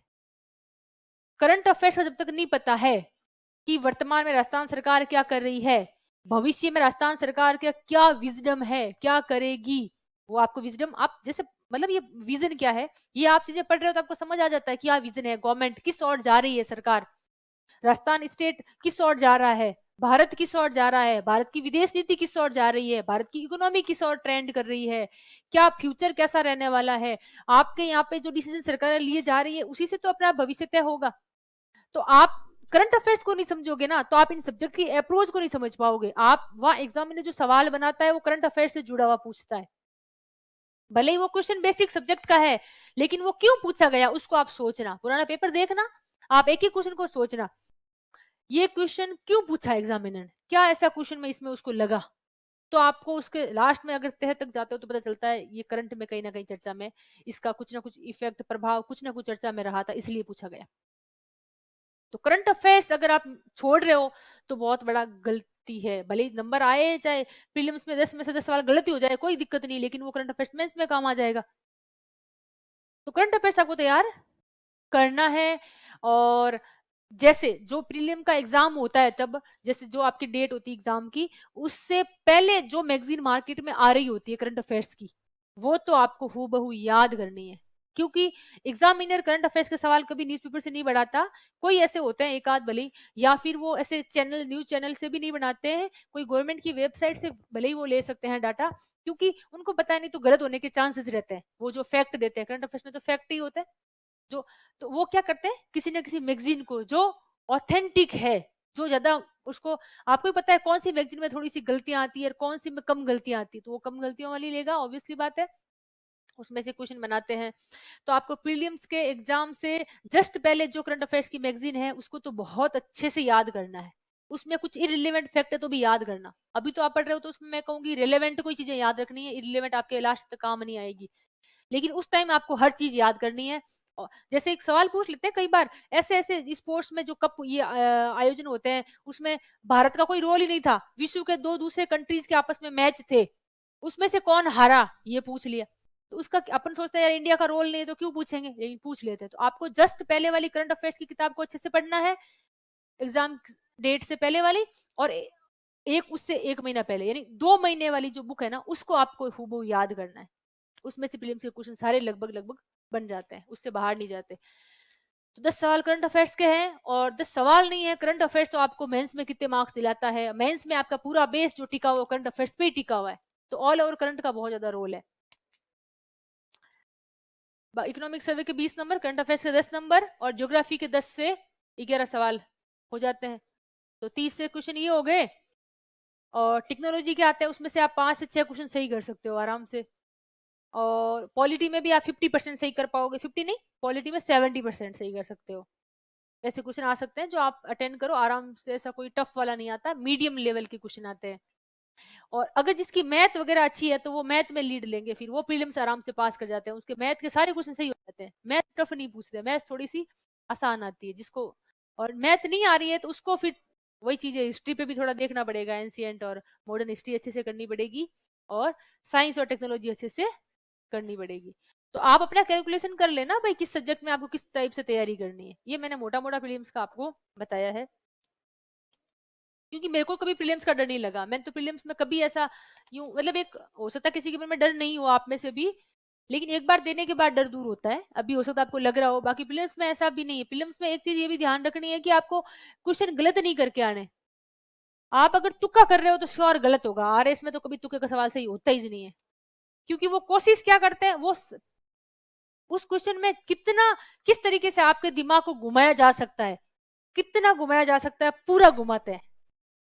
फिर आप उसमें करते हो ट्राई और वो होता है गलत। और मोस्टली मेरिट से 1 या 2 नंबर ही आसपास रहते हो आप, ज्यादा कोई एकदम से कम भी नहीं आते मार्क्स, एकदम से ज्यादा। अब वो कम ज्यादा होने का कारण क्या होता है, आप नेगेटिव चले जाते हो, आप क्वेश्चन ज्यादा अटेंड करते हो या फिर आप तुक्के वाले ज्यादा करते हो, और आप नेगेटिव में 4 से 5 क्वेश्चन अगर नेगेटिव हो रहे हैं तो कोई खराब नहीं है, ठीक है, हो जाते हैं। लेकिन उससे ज्यादा अगर आप गलत कर रहे हो तो आप फिर नेगेटिव, आपका फिर मार्किंग नेगेटिव होती जा रही है, आप फिर मेरिट से बाहर हो रहे होते हो। तो ये आपको प्रैक्टिस अभी से करनी है। अभी से आप क्वेश्चन जो मॉडल पेपर वगैरह देते हो यहाँ पे प्रीलिम्स का, तो उसमें अभी से प्रैक्टिस करनी है, नेगेटिव ज्यादा नहीं करने, नहीं करने अभी से। अभी तो आप ये सोच के कर देते होंगे कि टेस्ट ही तो है, नहीं, इससे आपकी हैबिट में आ जाता है, डर खुल जाता है। एक बार 100 से बाहर गाड़ी चला ली, फिर 90 पे तो एक्सीलेटर जाएगा ही जाएगा। तो अभी आपको यार 100 से नहीं चलानी है, अभी आपको प्रैक्टिस यहीं पे क्लोज करना है, पेन को बंद करना यहीं से सीखना है। हो गए इतने क्वेश्चन, अब मैं इससे ज्यादा डाउट से ज्यादा नहीं करूंगी, पेन बंद करके रख दो। तो फिर आप देखना उससे रिजल्ट भी फर्क आ जाएगा, अपने आप आपकी रैंक भी इंप्रूव होगी, नेगेटिव मार्किंग भी कम होगी। बताओ अब दो, टाइम भी हो जाएगा यार ऐसे तो।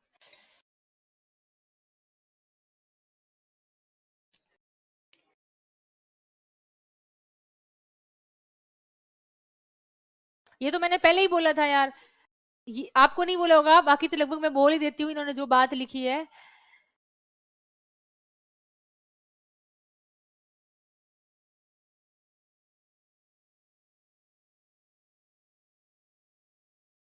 आप इस बात को नहीं समझ पाए। इन्होंने ये कहा है कि नोट्स तो सबके पास होते हैं, भाई नोट्स तो आप सभी पढ़ोगे ना। मैं एक बात कहूँ, आपको पढ़ाने वाला वही टीचर है, मैंने कहा ना, आप नोट्स भी आप पढ़ने वाले वही, नोट्स भी वही है, पढ़ाने वाले भी वही है, लेकिन फिर भी आप में से बच्चे टॉपर होते हैं, सिलेक्शन नहीं होता। क्या कारण है? मैंने कहा ना व्यक्तिगत। अब व्यक्तिगत कैसे हुआ? मैंने ये नहीं कहा कि बुक्स नहीं पढ़नी आपको, ये मैंने कभी मना नहीं किया। मैंने ये कहा स्टेज है चीजें कर। अभी मैं आपको बोलूं शॉर्ट नोट्स बना के लाओ, आपके शॉर्ट नोट्स कैसे होंगे?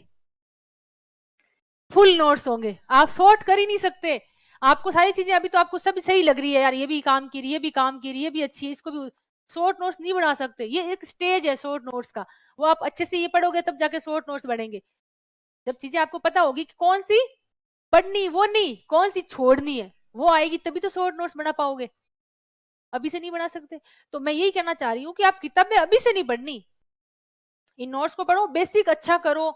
1 बार या 2 बार इस नोट्स के माध्यम से ही पूरी टेस्ट सीरीज लिख दो, उसके बाद किताबें पढ़ो, टाइम बचेगा।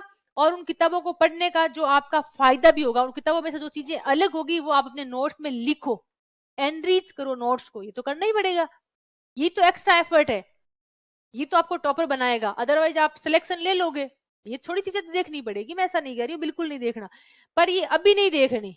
अभी तो आपको सिर्फ और सिर्फ नोट्स ही पढ़ने हैं। 1 बार टेस्ट सीरीज दो, पूरे नोट्स अच्छे से याद करो, पूरा बेसिक अच्छा हो जाए, पूरा कॉन्फिडेंस आ जाए कि नोट्स में से तो कभी से कभी भी उठा के कुछ भी टेस्ट में अगर देने जाऊं मैं, तो मैं नोट्स का तो रिवीजन करके जा सकता हूँ। फर्स्ट पेपर का टेस्ट पूरा हो गया, पूरा फर्स्ट पेपर एक साथ टेस्ट दे रहे हो और उसका आपके सब नोट्स का आपका रिवीजन हो पा रहा है, तो फिर आप नेक्स्ट स्टेज बुक्स वाला, बुक्स में जो रेफरेंस बुक है उसको यूज करो, अपने नोट्स को और अच्छे से कुछ एड ऑन करना चाहो तो एड ऑन करो, चेंज नहीं करना, दूसरे नोट्स भी नहीं बनाने, इसी में एड ऑन करना। फिर आप टेस्ट सीरीज दोगे तो उसमें आपके सारी चीजें कवर होगी। जो आप कह रहे हो 20% सवाल बाहर से आते हैं, वो भी आप अटेंड करोगे, अच्छे से करोगे, और वो अटेंड करोगे तो ऑब्वियसली मार्क्स तो बढ़ेंगे ही बढ़ेंगे, वो कर सकते हो बिल्कुल।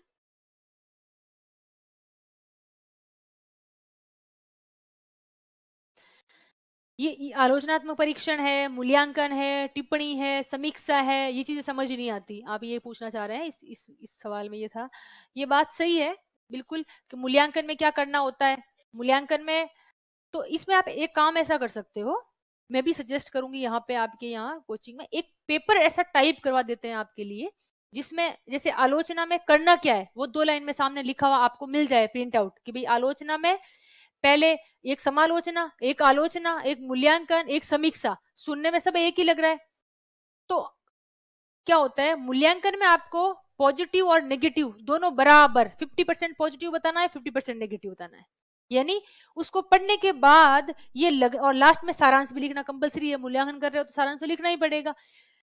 तो आपका व्यू, जिसको मैं आपका व्यू कहूंगी, आपका व्यू उसमें आना ही चाहिए। तो यानी उसको पढ़ने के बाद कॉपी चेक करने वाले को ये लग जाए कि इन्होंने किसी एक का पक्ष नहीं लिया, जो सही था उसको सही बताया, जो गलत था उसको गलत बताया। आलोचना में क्या होता है कि गलत नहीं होते हुए भी उसके पीछे जाके आपको कुछ ना कुछ उसका नेगेटिव पॉइंट बताने हैं ताकि उसमें सुधार हो सके। ये तो चीज है आलोचना। तो आलोचना में आपको नकारात्मक चीजें ज्यादा बतानी है, लेकिन लास्ट में आपको पॉजिटिव बातें बतानी है। लास्ट एंड हमेशा पॉजिटिव होना चाहिए। वही मूवी सुपर हिट होती है जिसका एंड हैप्पी एंडिंग होती है। तो सवाल में भी हैप्पी एंडिंग होना बहुत जरूरी है। चाहे आलोचना पूछे, चाहे नकारात्मक पूछे, कुछ भी पूछे, सब बता दो, लेकिन लास्ट में तो हैप्पी एंडिंग ही करनी है। लास्ट में तो पॉजिटिव ही रहना है। तो मेरे कहने का मतलब समझ आ गया। इन चीजों में थोड़ा थोड़ा फर्क होता है। और टिप्पणी टिप्पणी यानी शॉर्ट नोट्स में तो आपको इवोल्यूशन नहीं करना, जो उसके बारे में फैक्ट आपको पता है। जैसे वर्णन, वर्णन और टिप्पणी में ज्यादा फर्क नहीं है, लगभग ऑलमोस्ट एक जैसे हैं। तो आपको एज इट इज जो पूछ रहे हैं उसके बारे में लिख दो। और क्या होता है समीक्षा, समीक्षा और मूल्यांकन में, हालांकि यूपीएससी में देखो ये बहुत मैटर करता है। यूपीएससी में समीक्षा पूछ रहे हैं तो वो फिर सवाल भी वैसा ही होता है आगे पीछे। अपने तो क्या सवाल तो कुछ और टाइप का, पीछे समीक्षा करें। अरे यार इसकी समीक्षा करें कैसे, ये तो है ही नहीं समीक्षा के लिए। तो वो थोड़ा सा अपने यहाँ पे रहेगा। तो आपको मोटा मोटा ही चीजों को समझ पाओगे। आप एकदम से ज्यादा अंदर अगर घुस गए ना समीक्षा में, मूल्यांकन में, तो थोड़ा सा आप सवाल करने में थोड़ी दिक्कत आ सकती है। पर बड़ा बड़ा आपको पता होना चाहिए, ये भी काम आता है। जैसे मैंने कहा मूल्यांकन में 50-50 होना चाहिए। आलोचना में थोड़ा सा नेगेटिविटी ज्यादा होती है, लास्ट में पॉजिटिविटी 2 लाइन 4 लाइन आपको उसके अच्छे एस्पेक्ट भी बताने होते हैं। और समीक्षा में भी, समीक्षा में ही होता है, एक समरी भी होता है। एक समरी में आपको सिर्फ क्या करना होता है, उसको सार रूप में लिखना होता है, शॉर्ट करके जो इंपॉर्टेंट बातें हैं वो लिखनी होती है। तो इसको एक क्या करेंगे, कुछ ऐसे होते हैं कीवर्ड्स, क्या क्या होता है उसके सामने 2-2 लाइन लिख के आपको एक प्रिंट आउट, मैं कोशिश करती हूँ एक मिल जाए, जिसमें आप उसको क्या करना, रोज पढ़ना एक बार और अपने रूम में चिपका लेना। तो आपको फिर दिमाग में बैठ जाएगा और फिर उसको टेस्ट में आए तो अप्लाई तो करना ही है। वैसे वैसे कोटेशन में भी करना है। कुछ कोटेशन इंग्लिश में, कुछ कोटेशन हिंदी में, और कुछ मुहावरे इंग्लिश के, कुछ मुहावरे हिंदी के, इडियम्स। तो वो आपको अपने रूम में चिपकाने हैं, जो आपको ठीक लगे, जहां जिसको आप कहीं ना कहीं सेट यूज किया जा सकता है। एकदम पर्टिकुलर नहीं, थोड़े जनरल टाइप के हो, ताकि आप जब भी निबंध वगैरह ऐसे वगैरह लिखो तो आपके काम आए। ये रूम में आपके होने चाहिए चिपके हुए। सिलेबस ऑब्वियसली वो तो होना ही चाहिए, पुराने पेपर्स आपके पास होने चाहिए। ये तो मैं बता दिया मैंने यार। नींद नींद ये बहुत सारे ऐसे क्यों पूछ रहे हो गया बस। स्पोर्ट्स का कोटा होता है। अगर आपके पास नेशनल गेम्स का सर्टिफिकेट है तो आपको स्पोर्ट्स का कोटा मिल जाएगा। वो होता है सिर्फ सबऑर्डिनेट सर्विसेज में, उसमें आपको प्रॉपर सर्विस में स्पोर्ट्स का कोटा नहीं होता। सबऑर्डिनेट सर्विसेज में आप उसमें फॉर्म भर सकते हो। और तो स्पोर्ट्स का ये हो सकता है, ये तो मैंने वैसे बताया, बाकी इनडायरेक्टली तो स्पोर्ट्स का बहुत यूज है। व्यक्ति अपने तनाव दूर करना चाहता है, स्पोर्ट्स गेम खेलो, क्या दिक्कत, आधा घंटा, हेल्थ अच्छी रहती है, मेंटल हेल्थ और फिजिकल हेल्थ दोनों ही। शॉर्ट नोट्स कैसे बनाए, मैंने बता दिया। शॉर्ट नोट्स आपका, आप जब पढ़ोगे 5-10 बार पढ़ लोगे तो आपका दिमाग खुद ही कह देगा कि ये 10 बार पढ़ने के बाद में ये चीज मुझे फिर भी याद नहीं हुई और ये मुझे याद हो गई। तो जो याद नहीं हुई उसको आप अपने नोट्स में शॉर्ट में लिखो। और दूसरा ये तरीका होता है कि जैसे 5 पॉइंट कारण में कोई कारण दे दिया, हल्दी घाटी के युद्ध के 5 कारण बता दिए, तो आप शॉर्ट नोट्स में ये कर सकते हो, उसका मेन कारण जो है शब्द है उसी को अंडरलाइन करो, उसको उठा के आप अपने नोट्स में लिख दो। कारण लिखो, सामने डैश करो, और एक शब्द, एक लाइन का एक शब्द, दूसरी लाइन का दूसरा शब्द, एक ही लाइन में पूरे 5 शब्द आ गए और वो कारण आपके एक लाइन में आ गया।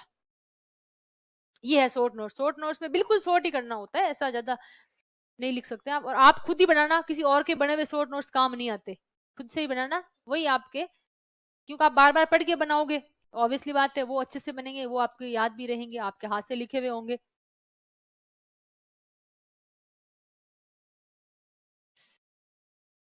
एक एक ही दो।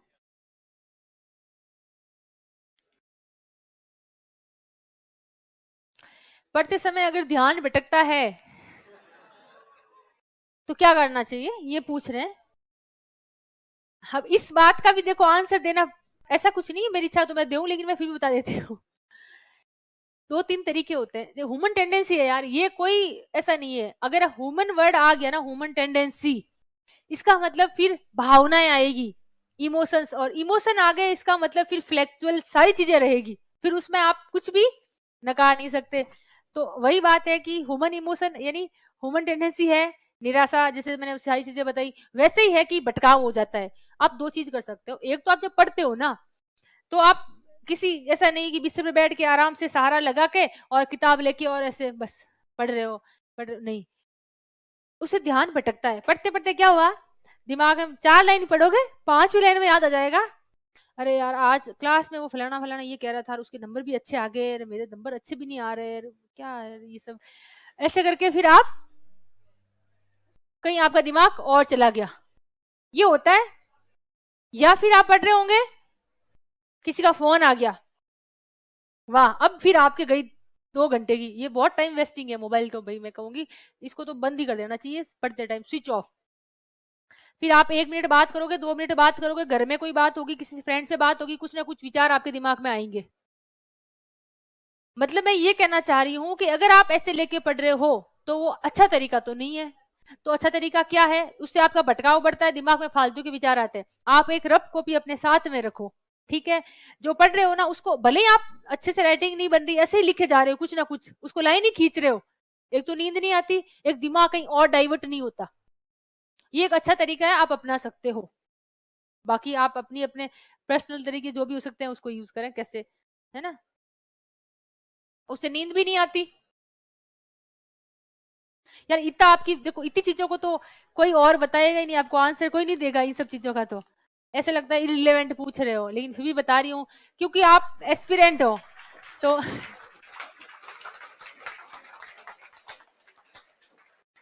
आप उस जगह आना चाह रहे हो जहां हम पहुंच गए, तो इतना तो हमारा वो बनता है कर्तव्य कि आपके अंदर जो भी डाउट है, हो सकता है वास्तव में जेन्युइन ही होंगे, ऑब्वियसली आप पूछ रहे हो, तो उसका मेरे पास अगर कुछ है तो मैं बता दूं, आपके काम आ सके तो।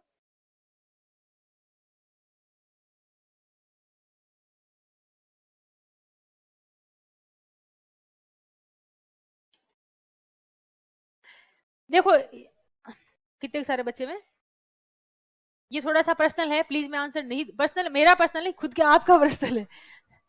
इन्होंने कुछ बहुत अच्छी बात है, कोई अनाथ तालिया का कुछ बता रहा है तो जाना चाहिए, उसे मोटिवेशन मिलता है, कोई दिक्कत नहीं, बच्चों से बात करो, जाओ मेंस में कुछ। हाँ, मेंस में क्वेश्चन आते हैं जैसे विवेचना कीजिए या आलोचना कीजिए, तो इसमें मैंने बता दिया, एक ऐसा एक तैयार करवा देते हैं आपके पूरा पेपर प्रिंट आउट, जिसमें आपको वो बांट देंगे क्लास में, और जिसमें आलोचना उसके 2 लाइन में क्या हो सकता है मैं भी देख लूंगी, अच्छे से क्या लिखा होना मैं बता दूंगी उनको, ठीक है, और मोटा मोटा मैंने बता भी दिया। इसमें सकारात्मक और नकारात्मक निष्कर्ष, देखो निष्कर्ष सकारात्मक ही लिखो, नकारात्मक मत लिखो आप, भले आपके पास है, आप नकारात्मक को भी सकारात्मक कैसे बता सकते हो, ये आपको आना चाहिए। अब जैसे संसद और न्यायपालिका की कई बार टकराट होती है आपस में, तो उसका क्वेश्चन पूछा था, हमारे पूछा था, तो आप ऐसा लिखो ना, भाई देखो न्यायपालिका भी जनता के हितों के लिए काम करती है, इवन का भाई कोई भी किसी पोस्ट पे कोई व्यक्ति जा रहा है, कोई भी नेता है तो सब जनता के लिए। तो और संविधान सर्वोपरि किसको बताता है, भारत की जनता को। तो आप ये बताएं कि इसमें कोई सुप्रीम नहीं है, न्यायपालिका हो संसद, कोई सुप्रीम सर्वोच्च नहीं है, भारत की जनता सर्वोच्च है, इसलिए इनको जनता के हित में आपस में मिलकर काम करना चाहिए, या जनता के हित में इनको जो भी निर्णय लो जनता के हित में होने चाहिए। अब उसमें चाहे क्या आपको मतलब कितना ही नेगेटिव सवाल पूछे, आपको पॉजिटिव ही रहना है, ये तो आप मान के चलो। आपके पास कोई ऐसा हो तो आप एग्जांपल दे सकते हो, मैं बता दूं कैसे पॉजिटिव रहना है। अब मेरे को जो याद आ रहा था वो मैंने एग्जांपल आपको दे दिया। जैसे आपसे पूछ लिया ऐसा कोई क्वेश्चन है नहीं होगा तो बताऊंगी, मतलब आपको पॉजिटिव ही रहना है, कुछ ना कुछ आप करंट अफेयर्स का एग्जांपल दे दो, कुछ याद नहीं आ रहा तो करंट अफेयर्स को लेके कोई अच्छी बात हुई हो उसके उस टॉपिक से रिगार्डिंग, वो एग्जांपल लेके बता सकते हो। जैसे मैंने कहा किसानों की आय दुगुनी नहीं हो रही है, ये है सब है कारण है, तो आप ये नहीं बताने लग जाओ कि हाँ वास्तव में अच्छी कंडीशन नहीं है, बहुत बकवास कंडीशन हो रखी है, गवर्नमेंट कुछ भी नहीं कर रही है, सरकार की सारी योजनाएं खराब है, नहीं, अच्छी बातें बतानी है, भले ही खराब है, स्थिति अच्छी नहीं है, जो भी है ना।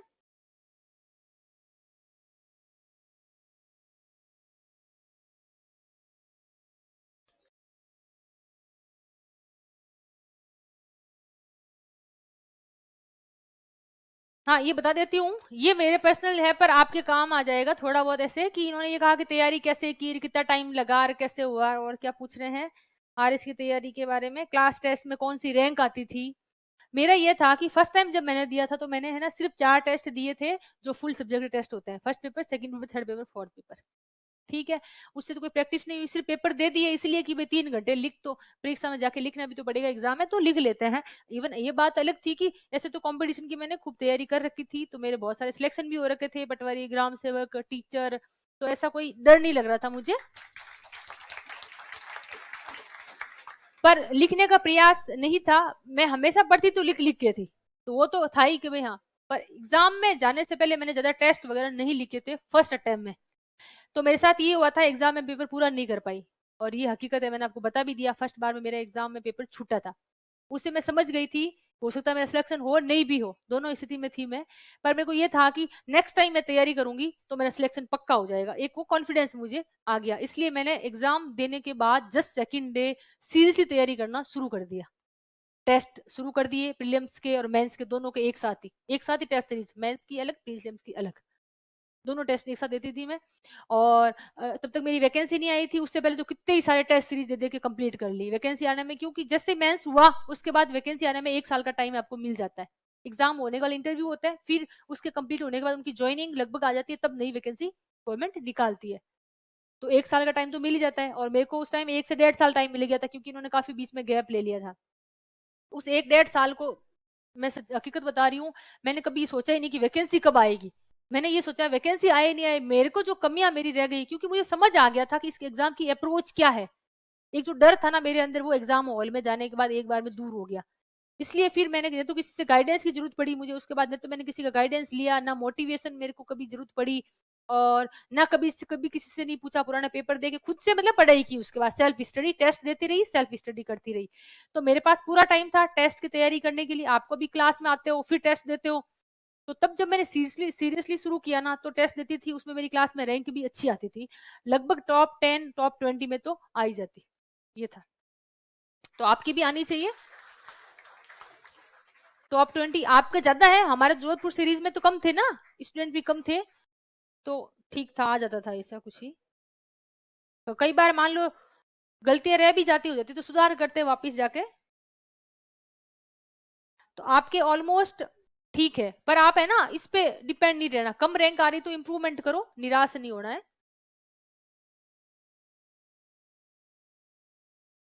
टाइम मैनेजमेंट कोई दिक्कत नहीं थी, सर्विस से छुट्टियां ले रखी थी, सर्विस से छुट्टियां ले रखी थी, तो फुल टाइम इसको देना था। और टेस्ट सीरीज सिर्फ टेस्ट दो, घर जाओ पढ़ाई करो, टेस्ट दो, बस क्लास में आने की जरूरत थी नहीं। तो ये अपना कोई ऐसा टाइम मैनेजमेंट का मेरे साथ तो कोई दिक्कत नहीं हुआ। अच्छा, आप अगर आप पेपर अटेंड करने के लिए टाइम मैनेजमेंट पूछ रहे हो तो अलग बात है, ऐसे टाइम मैनेजमेंट का तो कोई इशू नहीं था। इवन मैंने टाइम टेबल बनाया था मुझे क्या पढ़ना, क्योंकि मेरी साइंस वीक थी, तो मैंने साइंस को थोड़ा ज्यादा टाइम दिया। हिंदी मेरी अच्छी थी क्योंकि पटवारी में सिलेक्शन हुआ था, पटवारी में सिलेबस ही हमारा टाइम ये था, हिंदी 50 नंबर की हिंदी, 50 का जीके, 50 की मैथ, 150 नंबर के ये आते थे। तो मेरे मैथ बहुत अच्छी कर रही थी, मेरे मैथ में 50 में से 50 आए थे पटवारी वाले एग्जाम में, और हिंदी में भी लगभग 48 आए थे। है अच्छी थी वो पढ़ने का। तो मैंने अग्रवाल की किताब पढ़ी थी उस टाइम मैथ के लिए, उसमें से वो सवाल आते हैं, आरएस में भी आते हैं, पटवारी में भी आते हैं, सब में ही आते हैं। और जीके में उतने नंबर नहीं आए थे हैं।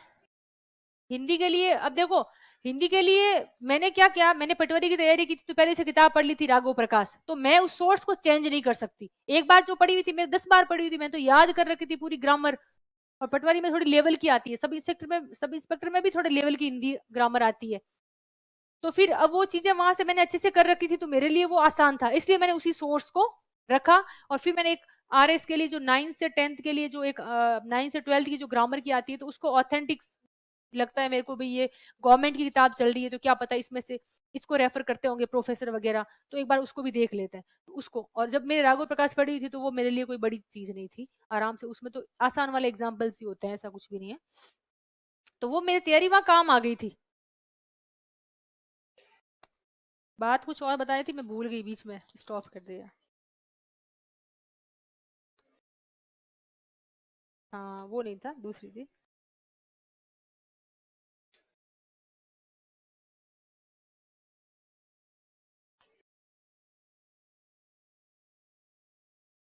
एक इन्होंने अच्छा क्वेश्चन पूछा है कि हम क्वेश्चन समझ नहीं पाते, कैसे करें।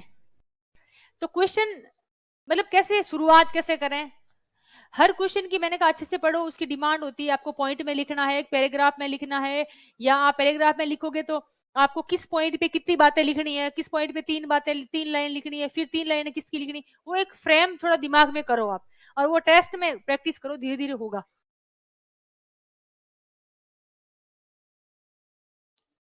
फिर भी पढ़ते ही थे, हिंदी अच्छी थी, फिर भी रोज हिंदी इंग्लिश को, क्योंकि मैंने कहा ना ये सब्जेक्ट ही ऐसा है, इसको रिवीजन करना पड़ता है। हिंदी ग्रामर इंग्लिश ग्रामर रोज नहीं पढ़ते हो ना, तो आप भूल भी जाते हो, कितना ही पढ़ा हुआ हो भले, वापिस पढ़ना पड़ता है।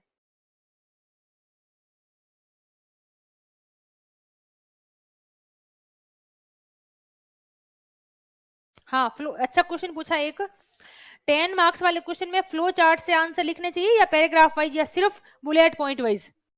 अब देखो इन्होंने खुद ने आंसर दे दिया, 10 मार्क्स वाले क्वेश्चन को सिर्फ एक में नहीं, कुछ क्वेश्चन में फ्लो चार्ट बनाना है, कुछ में मैप बनाना है। और इसको कैसे करना देखो बताती हूँ। एक तो मैंने कहा जो समालोचना मूल्यांकन आलोचना, इसको आप अपने वहां पे चिपका सकते हो लिख के, जहां से भी आपको मिले, यहाँ से मिल जाएगा तो यहाँ से वो आप अपने रूम में। एक आप कोटेशन वाली बात मैंने बताई, उसको आपके रूम में पेपर होना चाहिए, लिखा हुआ होना चाहिए। एक आप ये अपने रूम में रखो कि मेंस का टेस्ट या मेंस का एग्जाम देते समय कौन सी बातें ध्यान रखनी है, वो आप पॉइंट में लिखो वहां पे। 1 नंबर, फ्लो चार्ट बना के आऊंगा, ठीक है, जब टेस्ट पेपर देना हो उसको पढ़ के भी आना है। दूसरा लिखो मैप बना के ही आऊंगा। तीसरा पॉइंट लिखो पॉइंट में भी आंसर लिख के आऊंगा। चौथा लिखो क्वेश्चन अच्छे से पढ़ूंगा। पांचवा सारांश हमेशा लिखूंगा। छठा एक भी सवाल छोड़ के नहीं आऊंगा।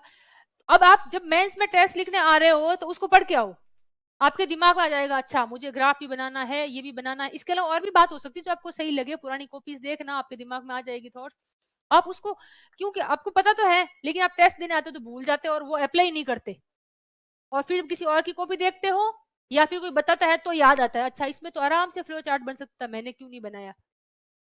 फ्लो चार्ट बनाओ किसी में, क्वेश्चन की डिमांड क्या उसके अनुसार, मूल्यांकन पूछे तो फ्लो चार्ट बना ही नहीं सकते, नहीं बनाना चाहिए, पैराग्राफ में ही देना चाहिए आंसर।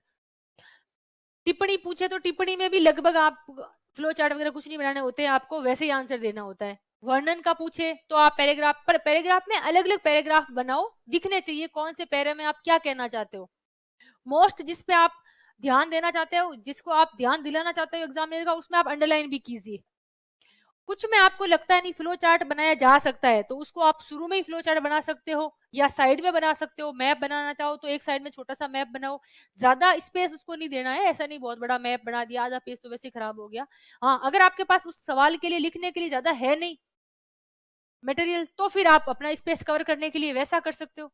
तो वो क्वेश्चन पे डिपेंड करेगा, आपको एक ऐसा क्वेश्चन है बहुत ज्यादा सवाल आ रहा उसके बारे में और स्पेस कम है, तो फिर उसको मैक्सिमम कैसे दे सकते हो। तो क्वेश्चन मान लो पैरे में ही लिखने जैसा ये आ गया तो 2 पैरा बना के फिर बाद में फ्लो चार्ट बना दो, फिर वापस पैरा शुरू कर दो, तो आपके हो गया पैरा। यानी क्वेश्चन की डिमांड आपके पास उसका कंटेंट किस टाइप का है, ये दोनों चीजें तय करेगी कि उस क्वेश्चन को डील कैसे करना। और ये आप टेस्ट में देखना, आप इस चीज को सोचना, ऐसा कोई इम्पॉसिबल बात नहीं है, ऐसी कोई आदर्श वाली बात नहीं है, ये किया जा सकता है, कोई टफ बात नहीं है। लेकिन आप इसको मैक्सिमम लिखोगे, मैक्सिमम टेस्ट का प्रयास करोगे ना, उसके बाद ही हो पाएगा। लिखना तो पड़ेगा, टेस्ट तो देने ही पड़ेंगे, बहुत लिखना पड़ेगा खूब। मतलब एक दिन में 2 पेपर देने आ रहे हैं, इसमें 3-6 घंटे लिखना है, एक दिन में 6 घंटे लिखना है, बिना देखे लिखना है और दिमाग यूज करते हुए लिखना है। 6 घंटे में आदमी दिमाग फ्यूज हो जाता है। अभी यहाँ क्लास में 6 घंटे सिर्फ सुन रहे हो ना, तब भी आप देखो कैसी कंडीशन हो रखी है सबकी। कितने बजे आए थे, अब आपको ऐसे, मेरे को ऐसे लग रहा है सब ऐसे सोच रहे हैं अरे मैडम कब छोड़े। नहीं सोच रहे हो? तो फिर अच्छी बात है, अच्छी बात है, नहीं सोच रहे हो तो। मतलब वहां 6 घंटे लिखना है, बिना देखे लिखना है और दिमाग का काम लेते हुए लिखना है, तो आदमी का दिमाग 2 घंटे में ही ऐसे हो जाता है यार, भारी हो जाता है। तो फिर इसका मतलब प्रैक्टिस कितनी करनी पड़ेगी, आप खुद सोच लो, इमेजिन कर लो आप खुद से ही।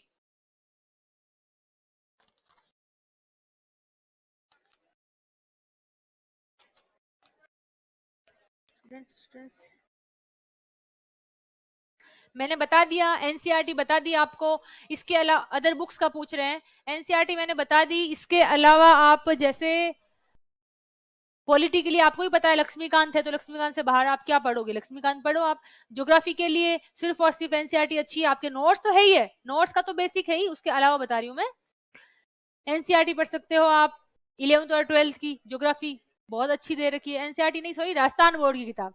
अभी वो राजस्थान बोर्ड वालों ने भी आरबीएससी की जो किताबें आ रही है वो भी एनसीईआरटी के समकक्ष लगभग फॉलो कर रहे हैं, इसलिए मैंने एनसीईआरटी बोल देती हूँ बार बार। राजस्थान बोर्ड आरबीएससी की किताब ज्योग्राफी की 11th 12th की पूरी, आपका सिलेबस वहीं से उठा हुआ है, ठीक है। पॉलिटिकल लक्ष्मीकांत हो गया। इसके अलावा जिस इसमें आरबीएससी किताबें निकालती है ना, उसमें सिर्फ आरबीएससी के अलावा कुछ रेफर मत करना।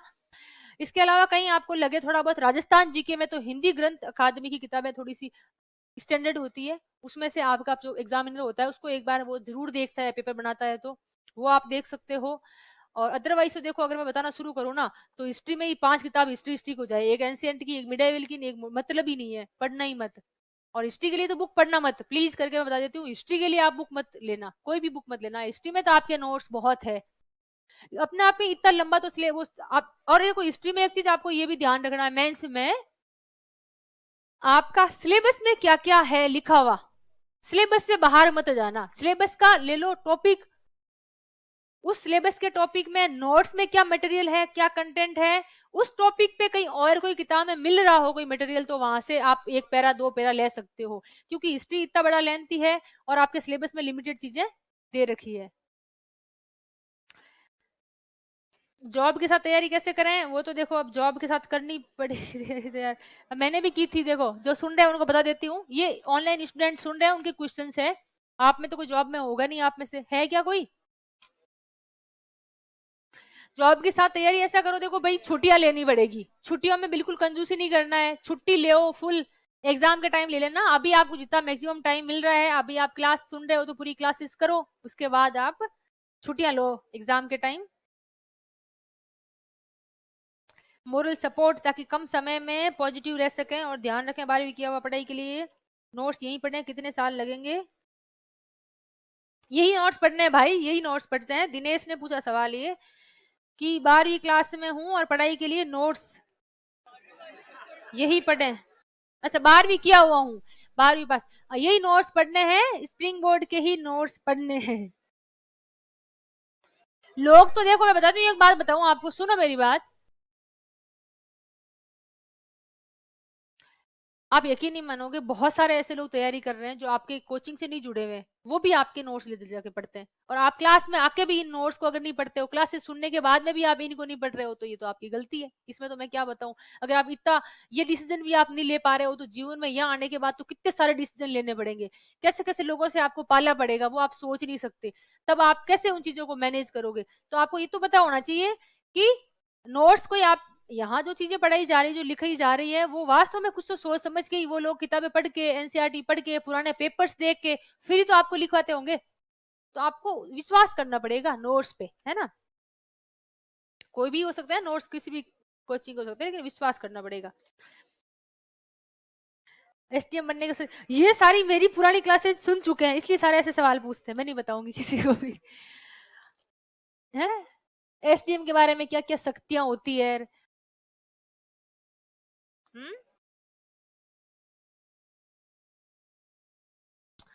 वैसे देखो मैं थोड़ा सा बता दूं आपको, इससे मोटिवेशन मिल सकता है, तो सुन लेना कि एसटीएम बनने के बाद अच्छी अच्छी बातें बताऊंगी, हो सकता है पर्दे के पीछे बहुत खराब बातें भी हो, वो नहीं बताऊंगी, क्योंकि आप उससे हाँ, तो हमेशा हर क्लास में अच्छी बातें 2 4 होती है वो बता देती हूँ, कि आप फील करो कि अभी आप किस सिचुएशन में हो, वही कि अभी आपसे कोई राम राम नहीं करता, अभी आपको कोई तवज्जो दे के आपको बात को नहीं सुनता, आपकी बात पे कोई गौर नहीं करता, घर वाले भी नहीं करते, और पड़ोसी कोई अगर मास्टर और बन गया कुछ, तब तो आपके बिल्कुल ही गौर नहीं करते कि देख फलाने का लड़का टीचर बन गया चुपचाप, और तू पता नहीं क्या ही कर रहा है, कब भी तेरा होगा। होता है ये धैर्य नहीं होता, अपने तो पढ़ रहे होते, अपने को पता है, लेकिन अब घर वाले थोड़ी इस बात को समझ सकते हैं कि वैकेंसी भी आती है, उसमें टाइम लगता है, चीजें पढ़नी पड़ती है, साल भर तो लगेगा लगेगा।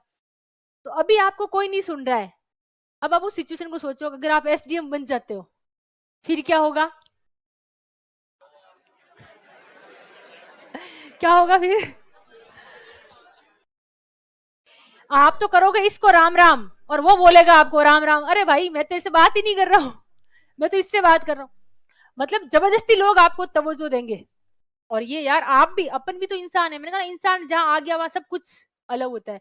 अपन खुद भी ऐसा ही करते हैं, जो सिलेक्शन हो गया वो अगर कुछ बात बताएगा तो आप भी उस बात को सुनोगे, अरे यार इसका मतलब मैडम ने सही बताया होगा। हाँ, तो वही चीज है। एसडीएम बनने के बाद मंत्री विधायक, जिसके अभी आप सिर्फ वोट देने जाते हो तब नाम देखते हो, या फिर वो वोट मांगने आते हैं तब आप दर्शन करते हो, और बनने के बाद आप सोचो। मैं मंत्री विधायक का एग्जाम्पल क्यों ले रही हूँ? मैं इसलिए ले रही हूँ कि वो, उनको लोग, आपके आसपास वाले सारे उनको वोट करते हैं, यानी वो अपना मत देते हैं, यानी वो उनका रिप्रेजेंटेटिव है। मतलब 1 लाख या 2 लाख लोगों का रिप्रेजेंटेटिव आके आपके सामने झुक रहा, मतलब 2 लाख लोग आपके सामने झुक रहे हैं। वैसे 2 लाख तो आपके सामने नहीं आएंगे कभी। तो इसका मतलब आप कितने पावरफुल हो जाते हैं, आप उस चीज को इमेजिन कर सकते हो। यही है एसडीएम की शक्तियां। और बाकी तो एसडीएम वैसे, अगर आप, ये तो मतलब थोड़ी सी वैसी बातें हैं, एक कोई किताबी बातें नहीं है। बाकी तो सब डिविजनल मजिस्ट्रेट, मजिस्ट्रेट की पावर होती है, वो होती है सीआरपीसी में। ये किताबों वाली बातें बता देती हूँ, लॉ वाली बातें। सीआरपीसी की किताब है, आईपीसी की किताब है, तो सीआरपीसी में ये चीजें होती है। उसमें मजिस्ट्रेट की क्या पावर होती है, वो सारी चीजें लिखी हुई है। हाँ बताएं, अब आप कुछ सवाल पूछना चाह हेलो रहे हैं। मैडम, जैसे बायो में मतलब बायो में डायग्राम बनाना जरूरी है, जैसे सर ने तो मना किया था कि एग्जाम में इतना टाइम नहीं मिलता, तो आपने बनाया था या फिर कैसे? हाँ, साइंस में तो देखो, बायो में ऐसा है, हमारा एक तरंगों वाला क्वेश्चन आया था, आपने कुछ पढ़ा होगा, फिजिक्स का था। तो उसमें तो ऑब्वियसली नीड थी, हमने बनाया था। बाकी जैसे हमारा ये सवाल था कि निम्न में से कौन सी संक्रामक है, कौन सी संक्रामक बीमारी। मतलब साइंस में क्या होता है, वो सवाल पूछते इस तरीके से है कि उसमें डिमांड ही नहीं होती। एक साइंस का सवाल मैं आपको बताती हूँ, आया था कि राजस्थान, ये साइंस के सिलेबस में है आपके, राजस्थान की कुछ चीजें जैसे वानिकी, उद्यानिकी, चिकित्सा वाला पोर्शन। तो अगर वो सवाल आता तो वहां आप बनाओ। बाकी जो बेसिक साइंस है एकदम, उसमें जरूरत कम पड़ती है, उसमें नहीं आते, उसमें ऐसे पूछते नहीं है वो। टेक्नोलॉजी में सवाल बन सकते हैं जिसमें आप फ्लो चार्ट बनाओ, कारण पूछ लिया, या कुछ उसका उपयोग पूछ लिया, उद्देश्य पूछ लिए, वो हो सकता है। ये आपको समझ आ भी गया होगा।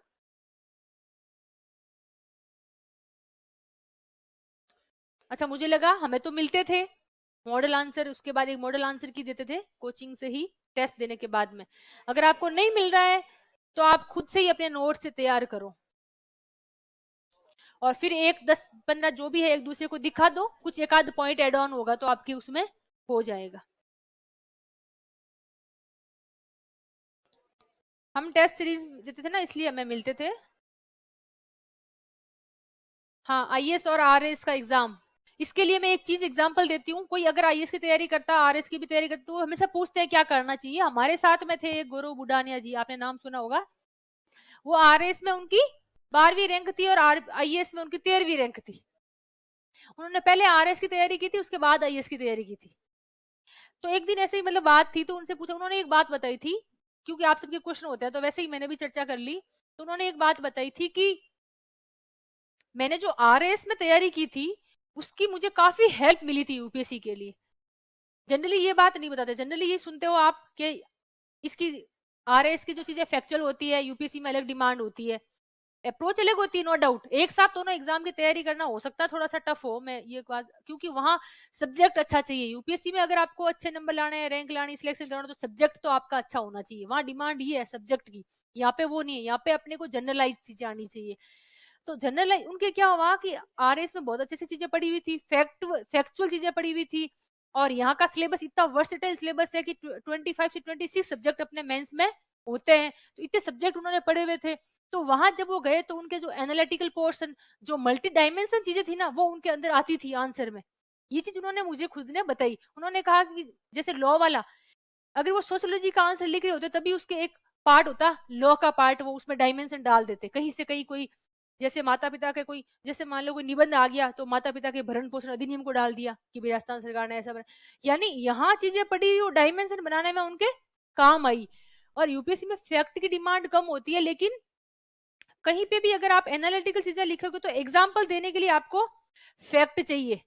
उसके लिए तो आपको फैक्ट एग्जाम्पल के रूप में अगर फैक्ट देते हैं तो आपका थोड़ा सा स्ट्रांग हो जाता है वो चीज उन्होंने यहाँ से सीखी, वो उन्होंने वहां अप्लाई किया।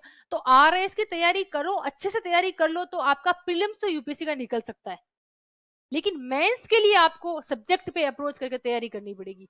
बाकी आरएस का सिलेबस पढ़ो अच्छे से और करंट अफेयर्स अच्छे से कर लो, पूरा करंट अफेयर्स के लिए बहुत ध्यान देना पड़ेगा यूपीएससी के लिए। तो आप यूपीएससी आराम से, क्योंकि यूपीएससी में तो सब प्रीलिम्स पूरा करंट अफेयर्स पे ही टिका हुआ है, वहां तो बिना करंट अफेयर्स से प्रभावित हुए एक भी सवाल नहीं आता, एक सिंगल क्वेश्चन नहीं आता, आपने पेपर भले देख लेना उठा के। उसके लिए आपको करंट अफेयर्स अच्छे से पढ़ो, बेसिक सारा इसमें तैयार हो गया आपके, तो आप यूपीएससी ट्राई करना चाहिए। लेकिन अप्रोच आपको मैंने बता दी क्या क्या रहती है, सब्जेक्ट अच्छा होना चाहिए उसके लिए।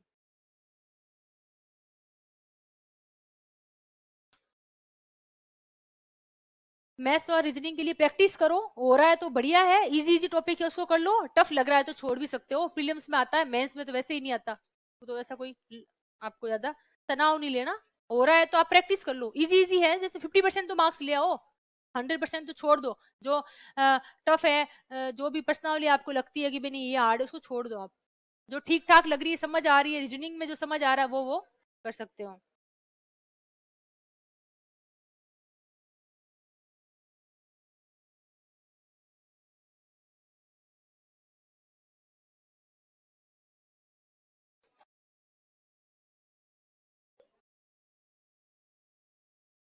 देखो एक बार बताओ, इसने ये लिखा है कि मैं अभी भी 12वीं करके आया हूँ, टाबर हूँ, ये टाबर हो सकता है? तो फल है तो फैक्ट ही गलत लिखा भाई, जिसने भी पूछा है तुम टाबर नहीं हो, ये अपने आप को समझ लो, अभी आप टाबर वाली बुद्धि से बाहर आ जाओ। 12वीं पास कर ली ना, वो अपने आप को टाबर नहीं समझे, क्योंकि सुनो 3 साल बाद अगर आपके 1 साल तो यहाँ निकल जाएगा, अगला 1 साल भी तैयारी वेरी में निकाल दोगे, टेस्ट वेस्ट में कोचिंग में लगभग 1.5 साल 1 साल यहाँ निकल जाता है, और आप 3 साल भी कब निकल जाएंगे पता नहीं चलेगा, आप फाइनल ईयर भी आ जाओगे, तब भी आप तो अगर बच्चे समझोगे अपने आप को तो वो अलग बात है। बाकी आपने ऐसे देखे होंगे जो बहुत सारे हैं जो ग्रेजुएशन करते ही यूपीएससी में टॉप किया है, अगर वो अपने आप को बच्चा ही समझते ना तो आज वो जिले में कलेक्टर बन के बैठे हैं 25 साल की उम्र में, तो कैसे जिला संभालते बताओ, कि मैं तो टॉपर ही हूँ अभी, तो ऐसा होता नहीं है, 12th पास कर लिया बहुत मेच्योर हो गए हो, आप बच्चे नहीं रहे हो।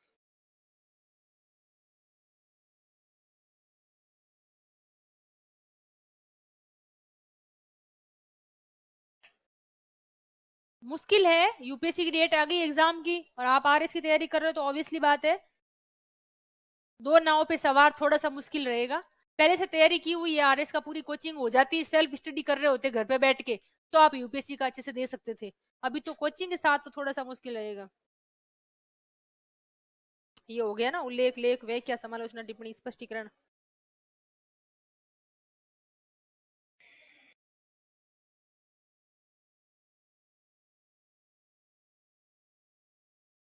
भीड़ में नेगेटिविटी नहीं आनी चाहिए यार, भीड़ में किस बात की अच्छा उनको लगता होगा इतने सारे लोग कंपटीशन की तैयारी कर रहे हैं, नहीं नहीं ऐसा नहीं होना चाहिए, विचार नहीं आते, निबंध लिखने पर विचार नहीं आते, ये बात सही है, तो मैंने इसलिए कहा ना प्रैक्टिस कैसे करनी है, पहले निबंध पढ़ना है, पहले विचार पढ़ने हैं, विचार आएंगे कहां से जब आपके दिमाग में है ही नहीं, आपने विचार लिए ही नहीं तो बाहर कहां से आएगी, इनपुट ही नहीं दिया दिमाग को तो आउटपुट कहां से आएगा, तो अब इनपुट तो दो पहले फिर निबंध में विचार आएंगे। किसी एक बेरोजगारी पे निबंध उठा के पढ़ो तो सही, 50 विचार उस किताब में लिखे हुए हैं, फिर आप लिखो, इनपुट दो दिमाग को, दिमाग अपने आप आउटपुट देगा, बिना इनपुट के आउटपुट की आप अगर अपेक्षा कर रहे हो तो वो पॉसिबल नहीं है। जो सब्जेक्ट आप पढ़ रहे हो उसको आप कितने अच्छे से याद हो रहा है, कितना अच्छे से आप रिवीजन कर पा रहे हो, घर जाके भूल जाते हो बाद में वो अलग बात है, पर समझ में तो आ रही चीजें, वैसा ही है निबंध में प्रयास करोगे तो निबंध भी आ जाएगा। हो गया?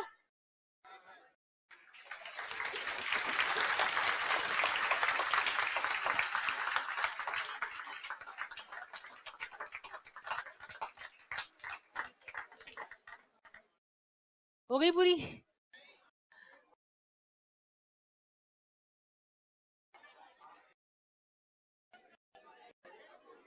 चलो ठीक है फिर। Okay, all the best.